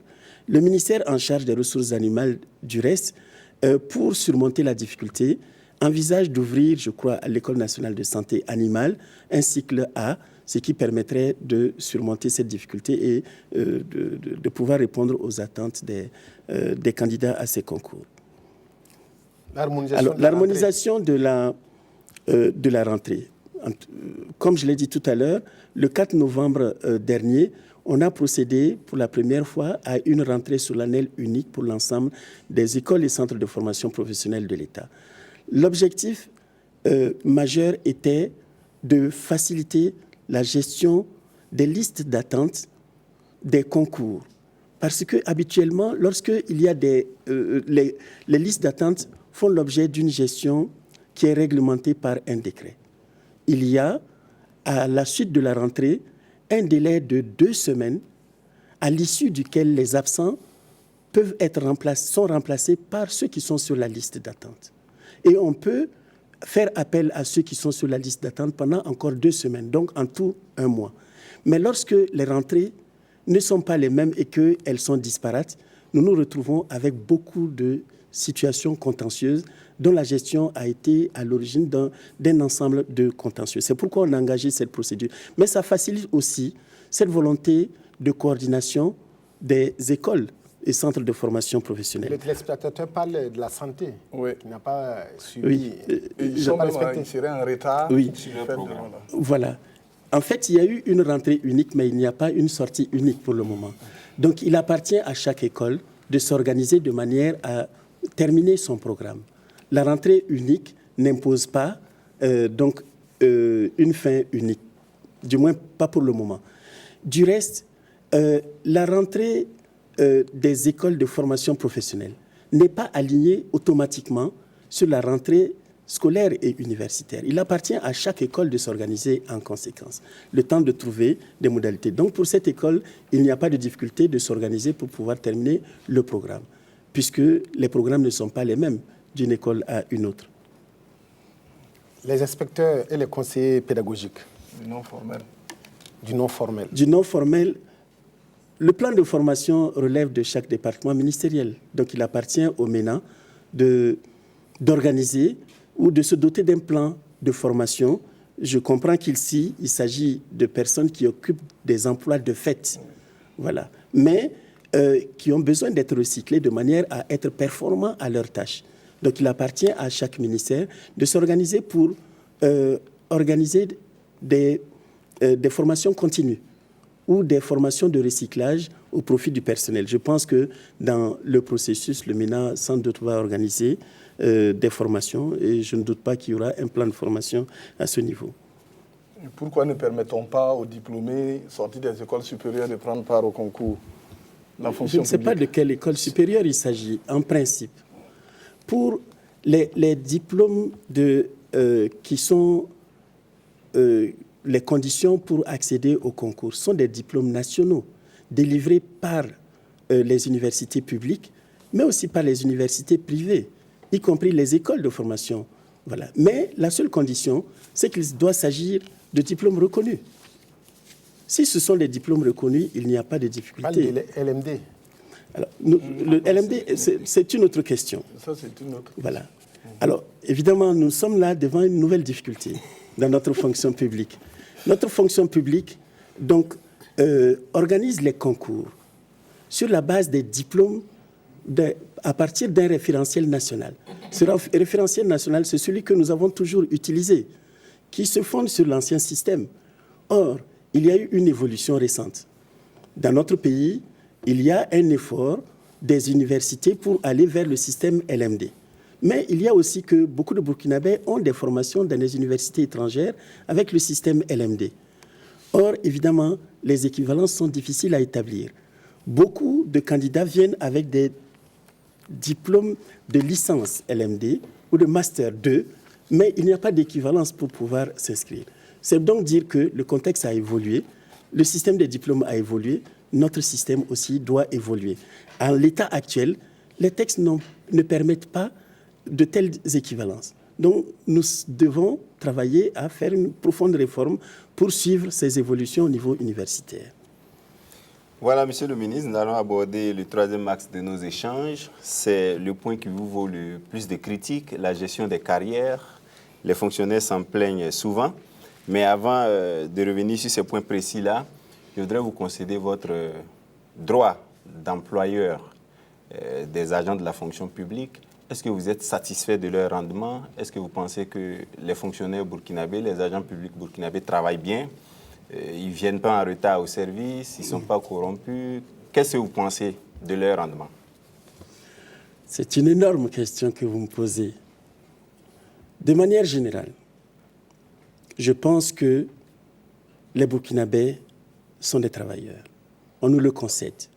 Même s'il y a eu beaucoup de régressions, de manière générale, je pense que les Burkinabés travaillent beaucoup et sont très soucieux de la qualité de leur travail. Dans notre fonction publique, beaucoup d'agents de la fonction publique s'investissent réellement et donnent souvent le meilleur d'eux-mêmes.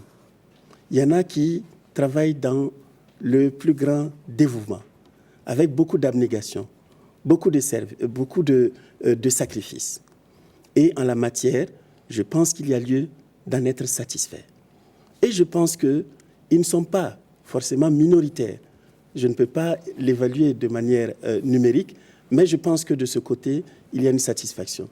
Naturellement, en tant qu'employeur ou représentant de l'employeur qu'est l'État, je constate qu'il y a effectivement des insuffisances en termes de présence effective dans les services, en termes de ponctualité, en termes de rendement et même en termes de présence, parce qu'il y a quelques absentéismes qu'on peut noter ici et là, au point que l'on peut s'interroger sur la performance individuelle réelle.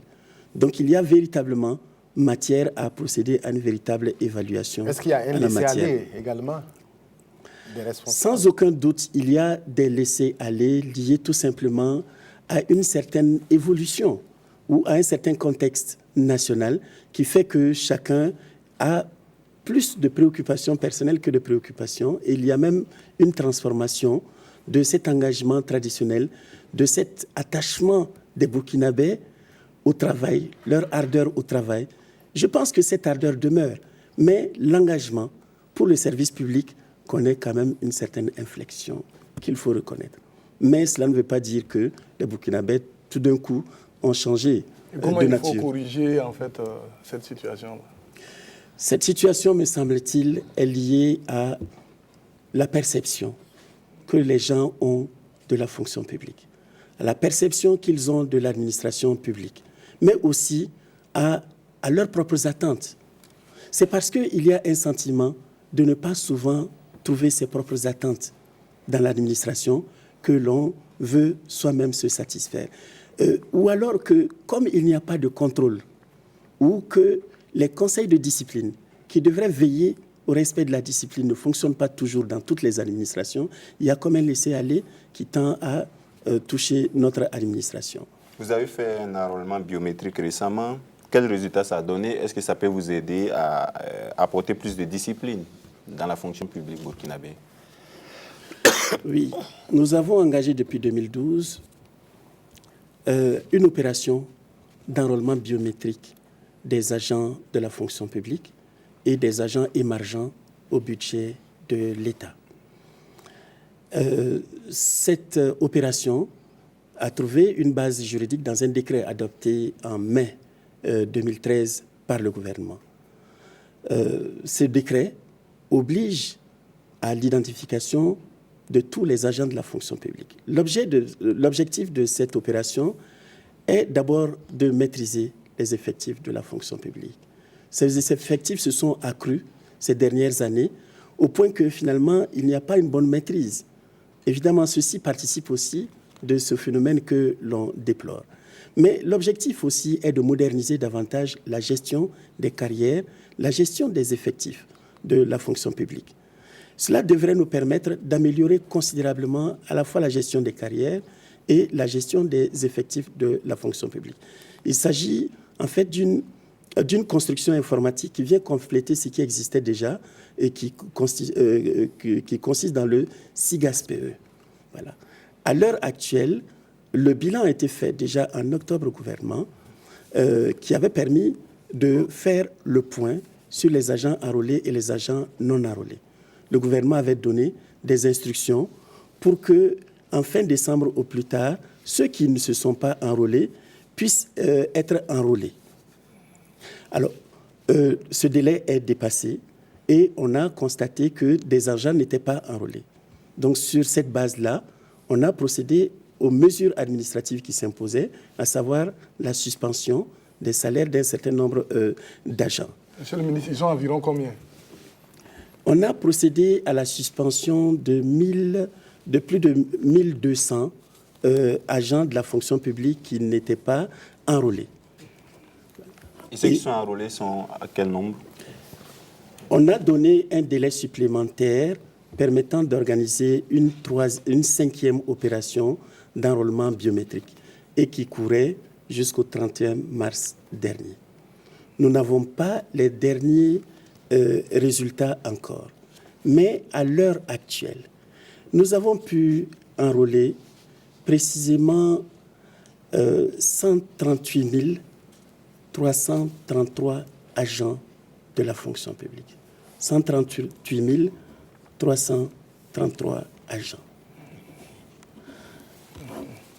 Sur les 133 000 agents de la fonction publique, il est constaté que à peu près un peu plus de 124 000 sont effectivement en activité.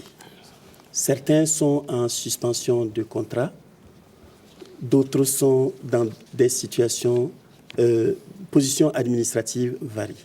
Pour vous donner des statistiques précises, donc à ce jour, à la date du 28 février dernier, on a enrôlé 138 333 agents. Or, sur le fichier de la solde, il y a 150 316 matricules théoriquement. Ce qui fait un certain gap de 11 983 agents non enrôlés. Sur les agents non enrôlés, certains sont justifiés parce que, étant dans des positions qui le permettent, ceux qui sont dans les ambassades, dans les opérations de maintien de la paix ou dans des stages, en position de stage, ils sont au nombre de 497. Mais il y a 11 486 non enrôlés et non justifiés. Bon, parmi lesquels, évidemment, les situations sont extrêmement variées. Je dois dire qu'il y a un certain nombre de numéros matricules qui ne correspondent pas forcément à des agents, des numéros matricules qui ont été initiés, mais qui n'ont pas abouti. Donc, nous devons travailler à assainir tous ces éléments. À l'heure actuelle, donc, nous avons fini les enrôlements. Nous sommes en train, donc, de faire le point. Un point définitif vous sera fait le moment venu. Est-ce que toutes ces personnes qui ne sont pas enrôlées, qui n'ont pas de situation claire, est-ce que c'est des fonctionnaires fictifs? C'est trop prématuré de le dire. Il est possible qu'il y ait des fonctionnaires fictifs. Il est possible aussi qu'il y ait des fonctionnaires ou des agents qui aient deux matricules. On a déjà identifié quelques cas de 2 ou 3 numéros matricules, avec parfois 2 ou 3 mandatements. Ce qui, avec l'enrôlement biométrique, permet d'identifier de façon unique les agents et d'empêcher une telle possibilité. Dans ces conditions, évidemment, les procédures administratives nécessaires seront engagées. Pour ceux qui auront perçu illégalement des salaires, ils vont devoir rembourser l'État. Pour ceux qui ont des doubles mandatements, on va devoir engager les procédures à leur encontre. Et naturellement, nous devons assainir les fichiers de la solde, le fichier du SIGAS-PE, notamment en mettant en place un dispositif permettant que l'enrôlement biométrique soit une opération permanente qui permettra d'enrôler les nouveaux agents automatiquement, mais aussi d'utiliser la base biométrique pour assurer une meilleure gestion de la carrière des agents de la fonction publique. Nous mettrons en place un dispositif à partir de l'enrôlement biométrique permettant justement de contrôler la présence effective d'agents dans la fonction publique avec la possibilité de développer des applications permettant de vérifier. Monsieur le ministre, là où ça coince souvent, et le plus souvent, c'est au niveau des avancements. Vous êtes toujours bloqué et les fonctionnaires s'en plaignent. Pourquoi vous n'arrivez pas à débloquer cette situation-là depuis bien longtemps? Les fonctionnaires estiment que les avancements de 2013 ne sont pas encore effectués. C'est un exemple parmi tant d'autres. Oui. Les avancements sont réglementés et tout agent normalement de la fonction publique a la possibilité, s'il a les notes appropriées, la note étant de 6 sur 10 au moins, d'avancer tous les 2 ans. Selon les textes, pour que l'on puisse avancer une année donnée, il faut avoir eu, pendant les 2 années précédentes, une moyenne équivalente à au moins 6 sur 10. Donc, les avancements de 2012 doivent être constatés sur la base de la moyenne des notes de 2010 et de 2011. Il y a eu dans le passé des cumuls d'avancements non constatés sur le plan administratif et non constatés sur le plan financier. Mais vous vous souvenez qu'en 2011, le gouvernement a pris des mesures pour solder les avancements antérieurs à 2011. Ce qui a été fait. À ce jour, ce problème est réglé. Et le gouvernement a adopté un nouveau décret permettant de simplifier le système d'évaluation des agents et donc d'accélérer le système des avancements. Depuis lors, nous sommes dans cette dynamique.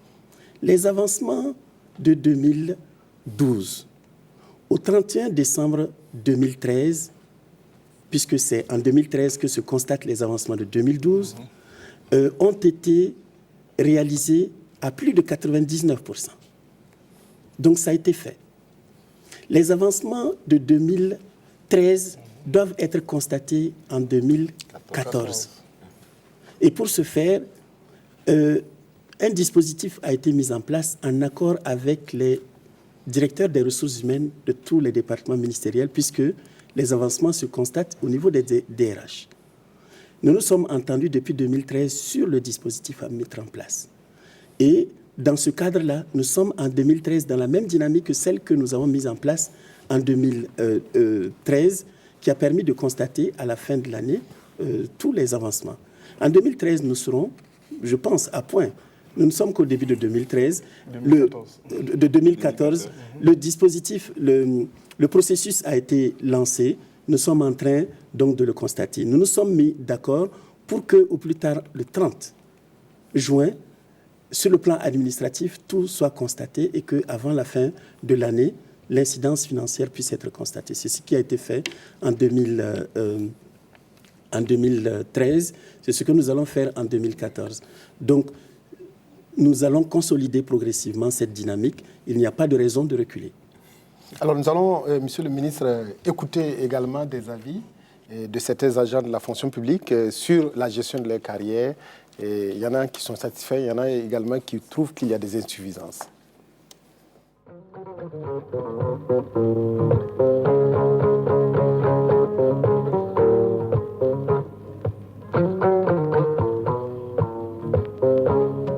Dans ces dernières années, on sent vraiment une nette amélioration au niveau de la gestion des carrières. Mais au niveau des allocations familiales, on voit que ça prend beaucoup plus de temps. Et des fois, on vous dit non, votre dossier, c'est peu, il faut reconstituer d'autres dossiers. C'est à ce niveau que je vois que ça ne va pas. Il y a des difficultés.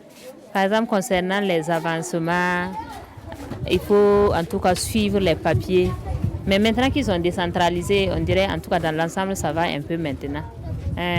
Sinon, après, par exemple, l'écrit là, pour avoir le reclassement, tu peux déposer ton dossier là plusieurs fois. Soit ils rejettent pour problème, par exemple pour les non-logements là.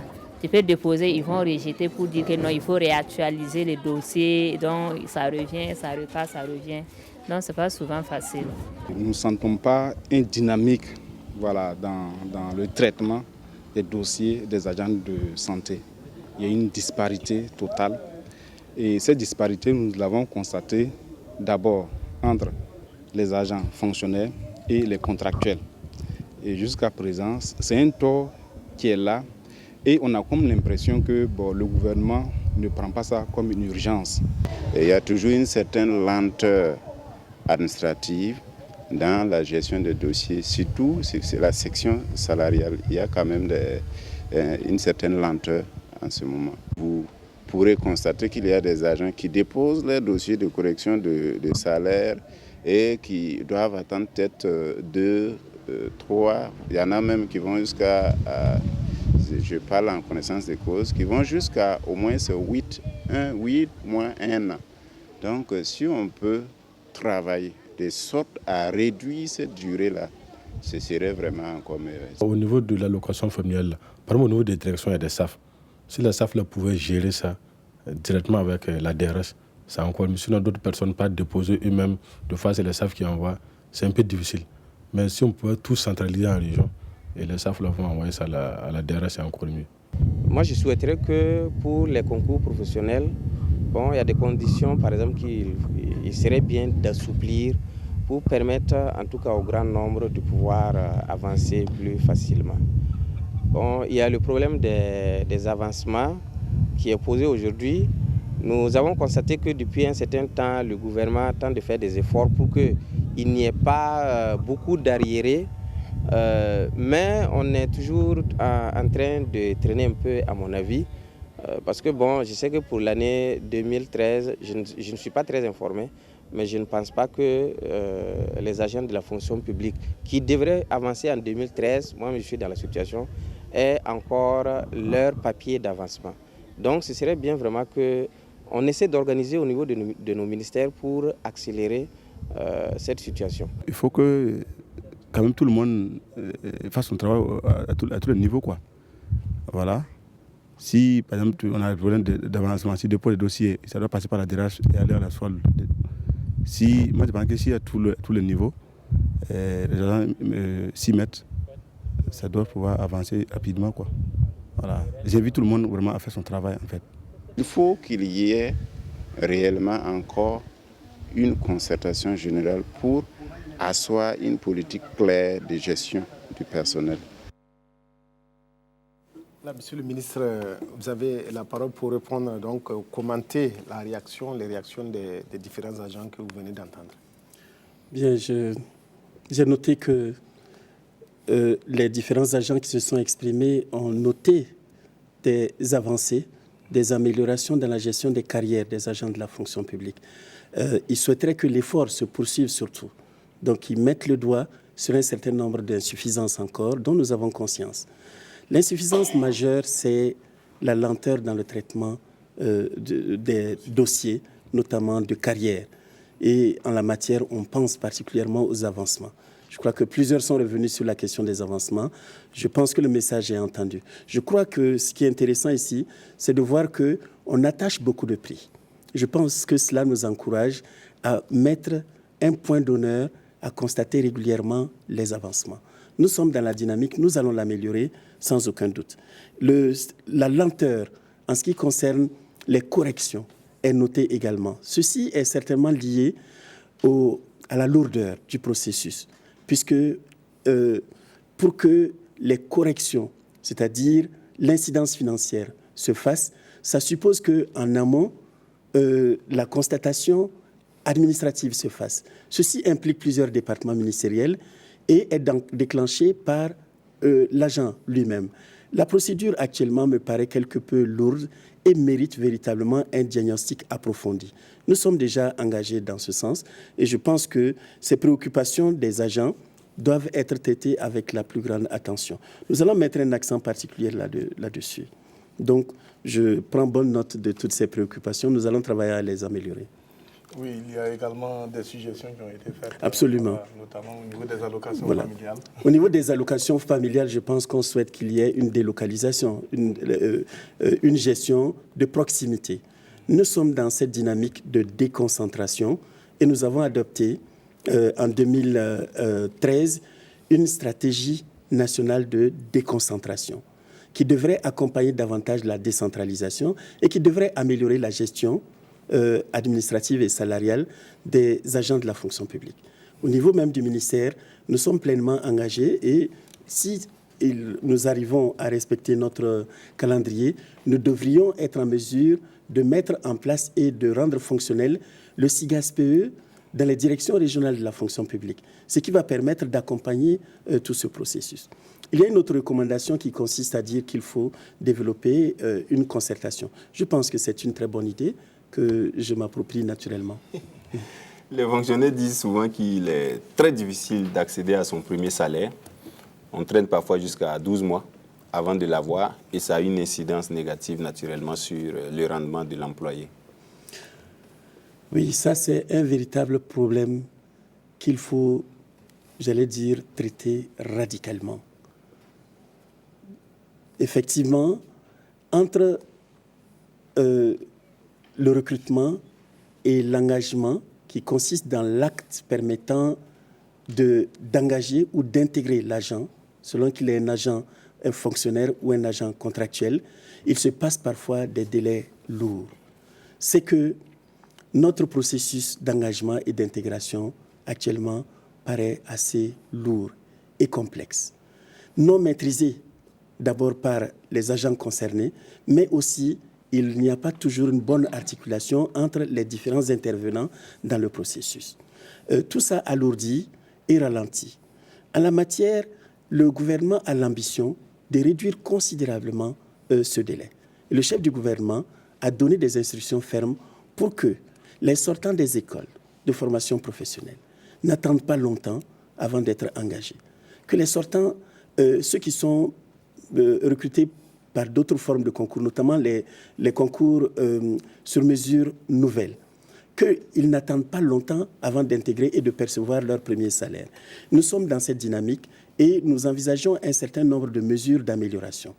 Par exemple, pour ceux qui sortent des écoles et centres de formation professionnelle, dès cette année, nous avons l'intention de commencer de façon précoce le processus d'intégration et d'engagement pour que nous n'ayons pas besoin d'attendre la sortie avec les PV qui doivent être signés, centralisés et transmis, ce qui parfois met beaucoup de temps pour parvenir au ministère de la fonction publique. Nous espérons ainsi pouvoir gagner du temps. L'année dernière, nous avons fait un changement qui a augmenté un peu ces lenteurs. Ça a été le fait de l'instauration de l'enrôlement biométrique, puisque en instituant l'enrôlement biométrique, nous avons fait le lien entre l'enrôlement biométrique et les engagements et les intégrations. Il y a désormais une interconnexion entre la base biométrique et la base du SIGASPE, de telle sorte qu'il est désormais impossible d'intégrer un agent s'il n'est pas enrôlé biométriquement. Il est impossible de prendre un acte de gestion, avancement ou autre si l'agent n'est pas enrôlé biométriquement. Désormais, le dispositif est en place. Mais pour le début, ça a été assez douloureux puisque le système d'utilisation du SIGASPE, qui suppose que pour y entrer, on utilise le numéro matricule, n'est pas le même que celui de la base biométrique pour lequel il faut le numéro de la CNIB. Or, habituellement, dans la constitution des dossiers, on omet souvent d'introduire cette pièce, ce qui a conduit à des renvois de dossiers. Mais évidemment, les dispositions sont prises cette année aussi pour qu'avant la sortie des écoles de formation professionnelle, on puisse enrôler biométriquement, ce qui normalement devrait permettre d'enrayer et d'accélérer d'ailleurs le traitement des dossiers d'engagement et d'intégration. Pour cette troisième partie, gestion des carrières des agents de la fonction publique, il y a également, j'allais dire, une panoplie de questions. Et nous allons retrouver une nouvelle fois, je crois la troisième et dernière fois, Adama Coulibaly.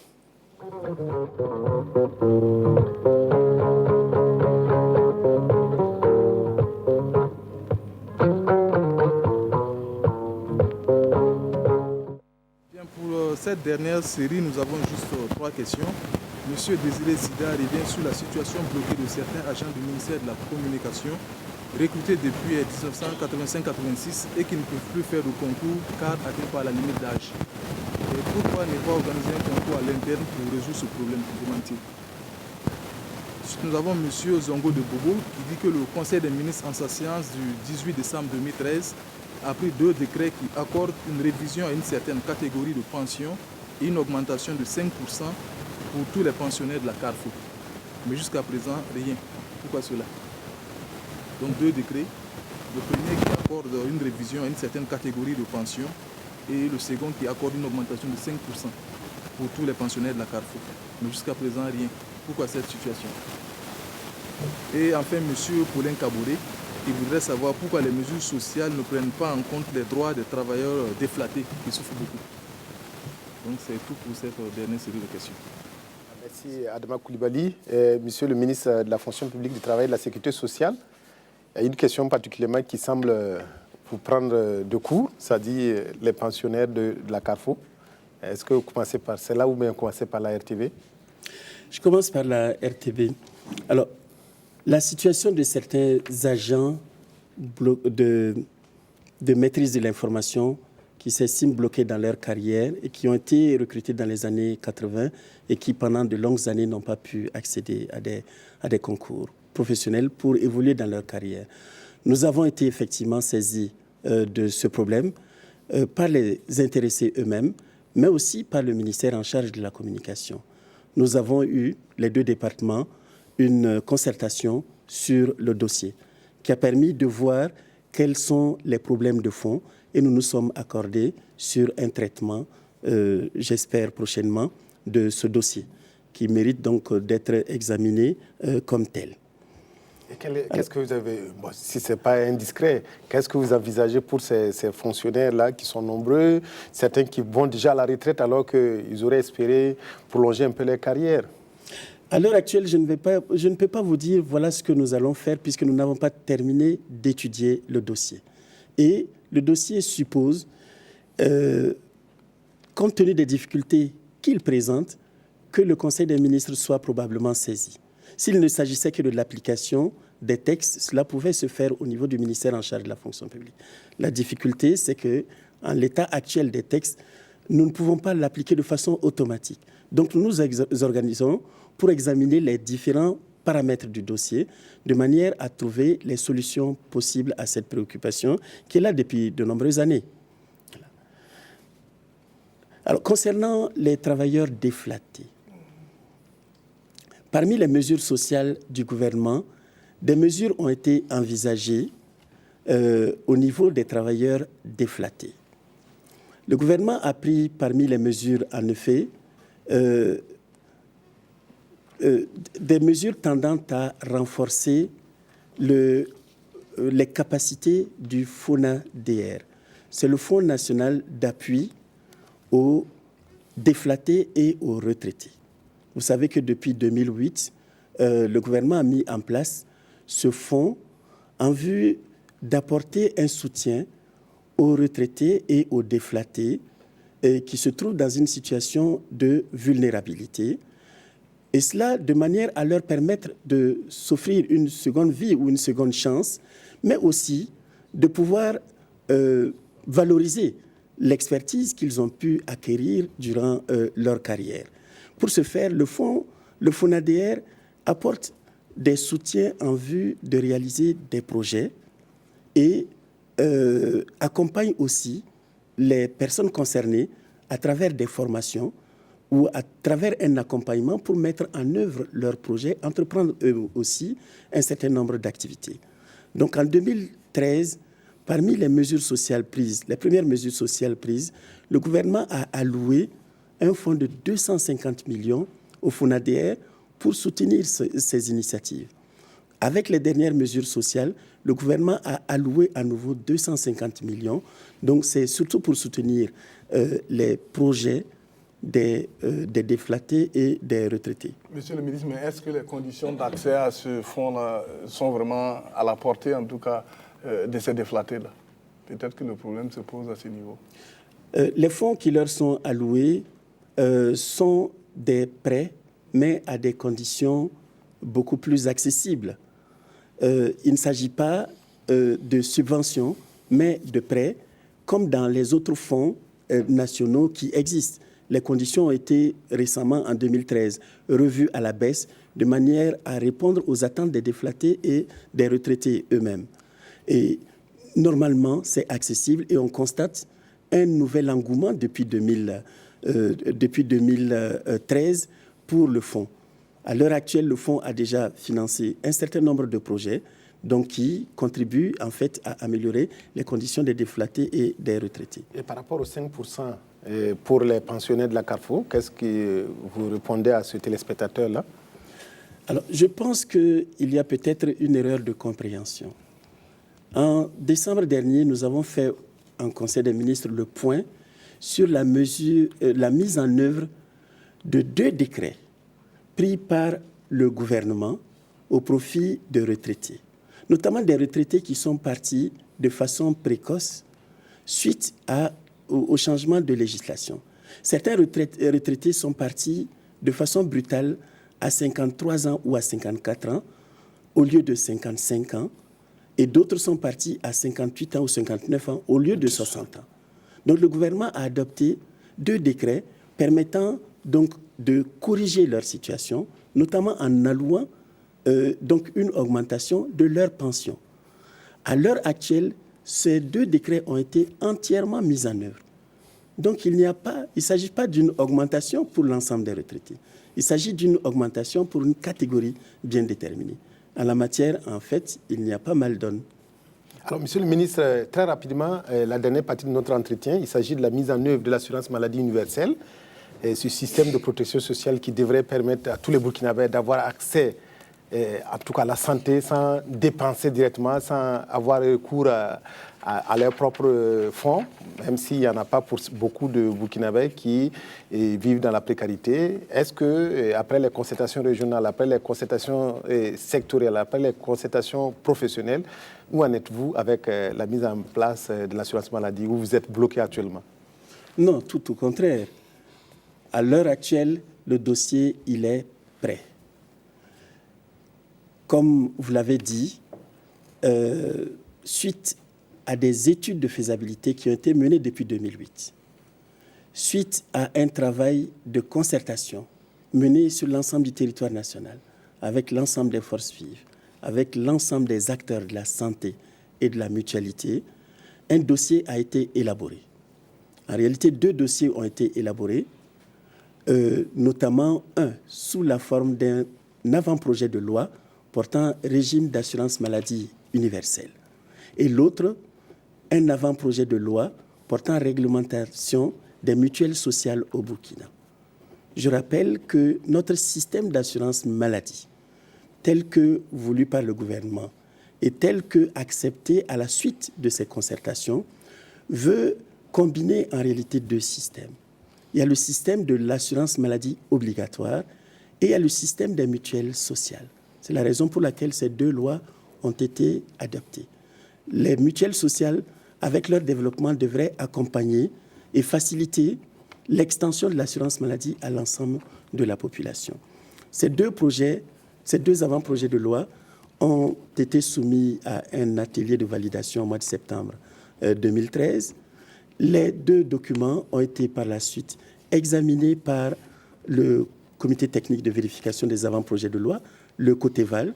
Nous avons par la suite procédé à des concertations sur les préoccupations émises par tel ou tel acteur et nous avons consulté, même lui et moi, qui en matière de mutualité dispose d'un règlement communautaire. À l'issue de l'ensemble de ce processus, le dossier a été examiné au début du mois de mars en conseil de cabinet et à l'heure actuelle, il est inscrit dans l'ordre du jour du Conseil des ministres. Et si tout va bien, les deux projets de loi vont être soumis à l'Assemblée nationale. À partir de là, le processus entrera dans une phase véritablement dynamique. Selon le chronogramme, si les deux avant-projets de loi parviennent à être adoptés, le processus pourrait commencer dès cette année avec des expériences pilotes qui devraient nous permettre de nous préparer pour mettre en place le dispositif de manière à ce qu'il soit opérationnel en 2015, conformément au chronogramme politique prévu à cet effet. C'est dire que le Burkina sera au rendez-vous de 2015 par rapport donc à la mise en œuvre de l'assurance maladie. Je l'espère fortement et nous mettons tout en œuvre dans ce sens-là.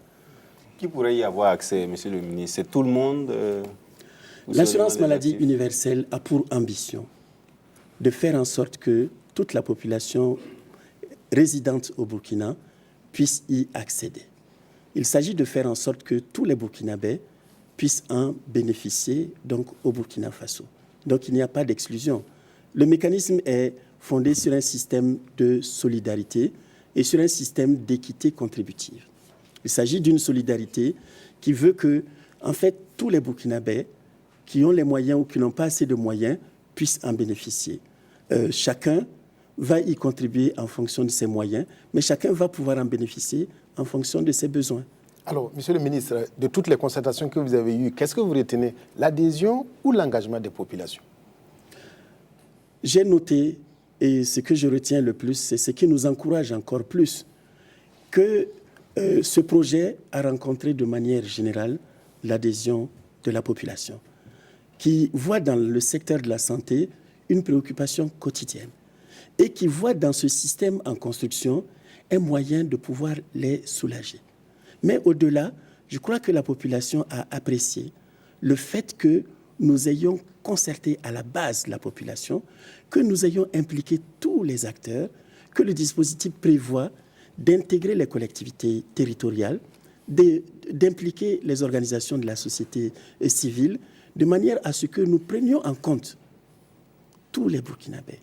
Ils ont aussi apprécié le fait qu'on n'oublie personne, que l'on fasse en sorte que même ceux qui n'ont pas de capacité contributive, c'est-à-dire les indigents, puissent être pris en compte.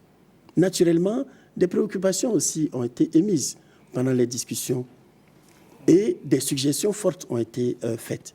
Ce sont des grandes leçons qui, à mon sens, ont fortement contribué à améliorer les projets de texte qui sont déjà élaborés et vont, je l'espère, aller dans le sens attendu par l'ensemble de la population.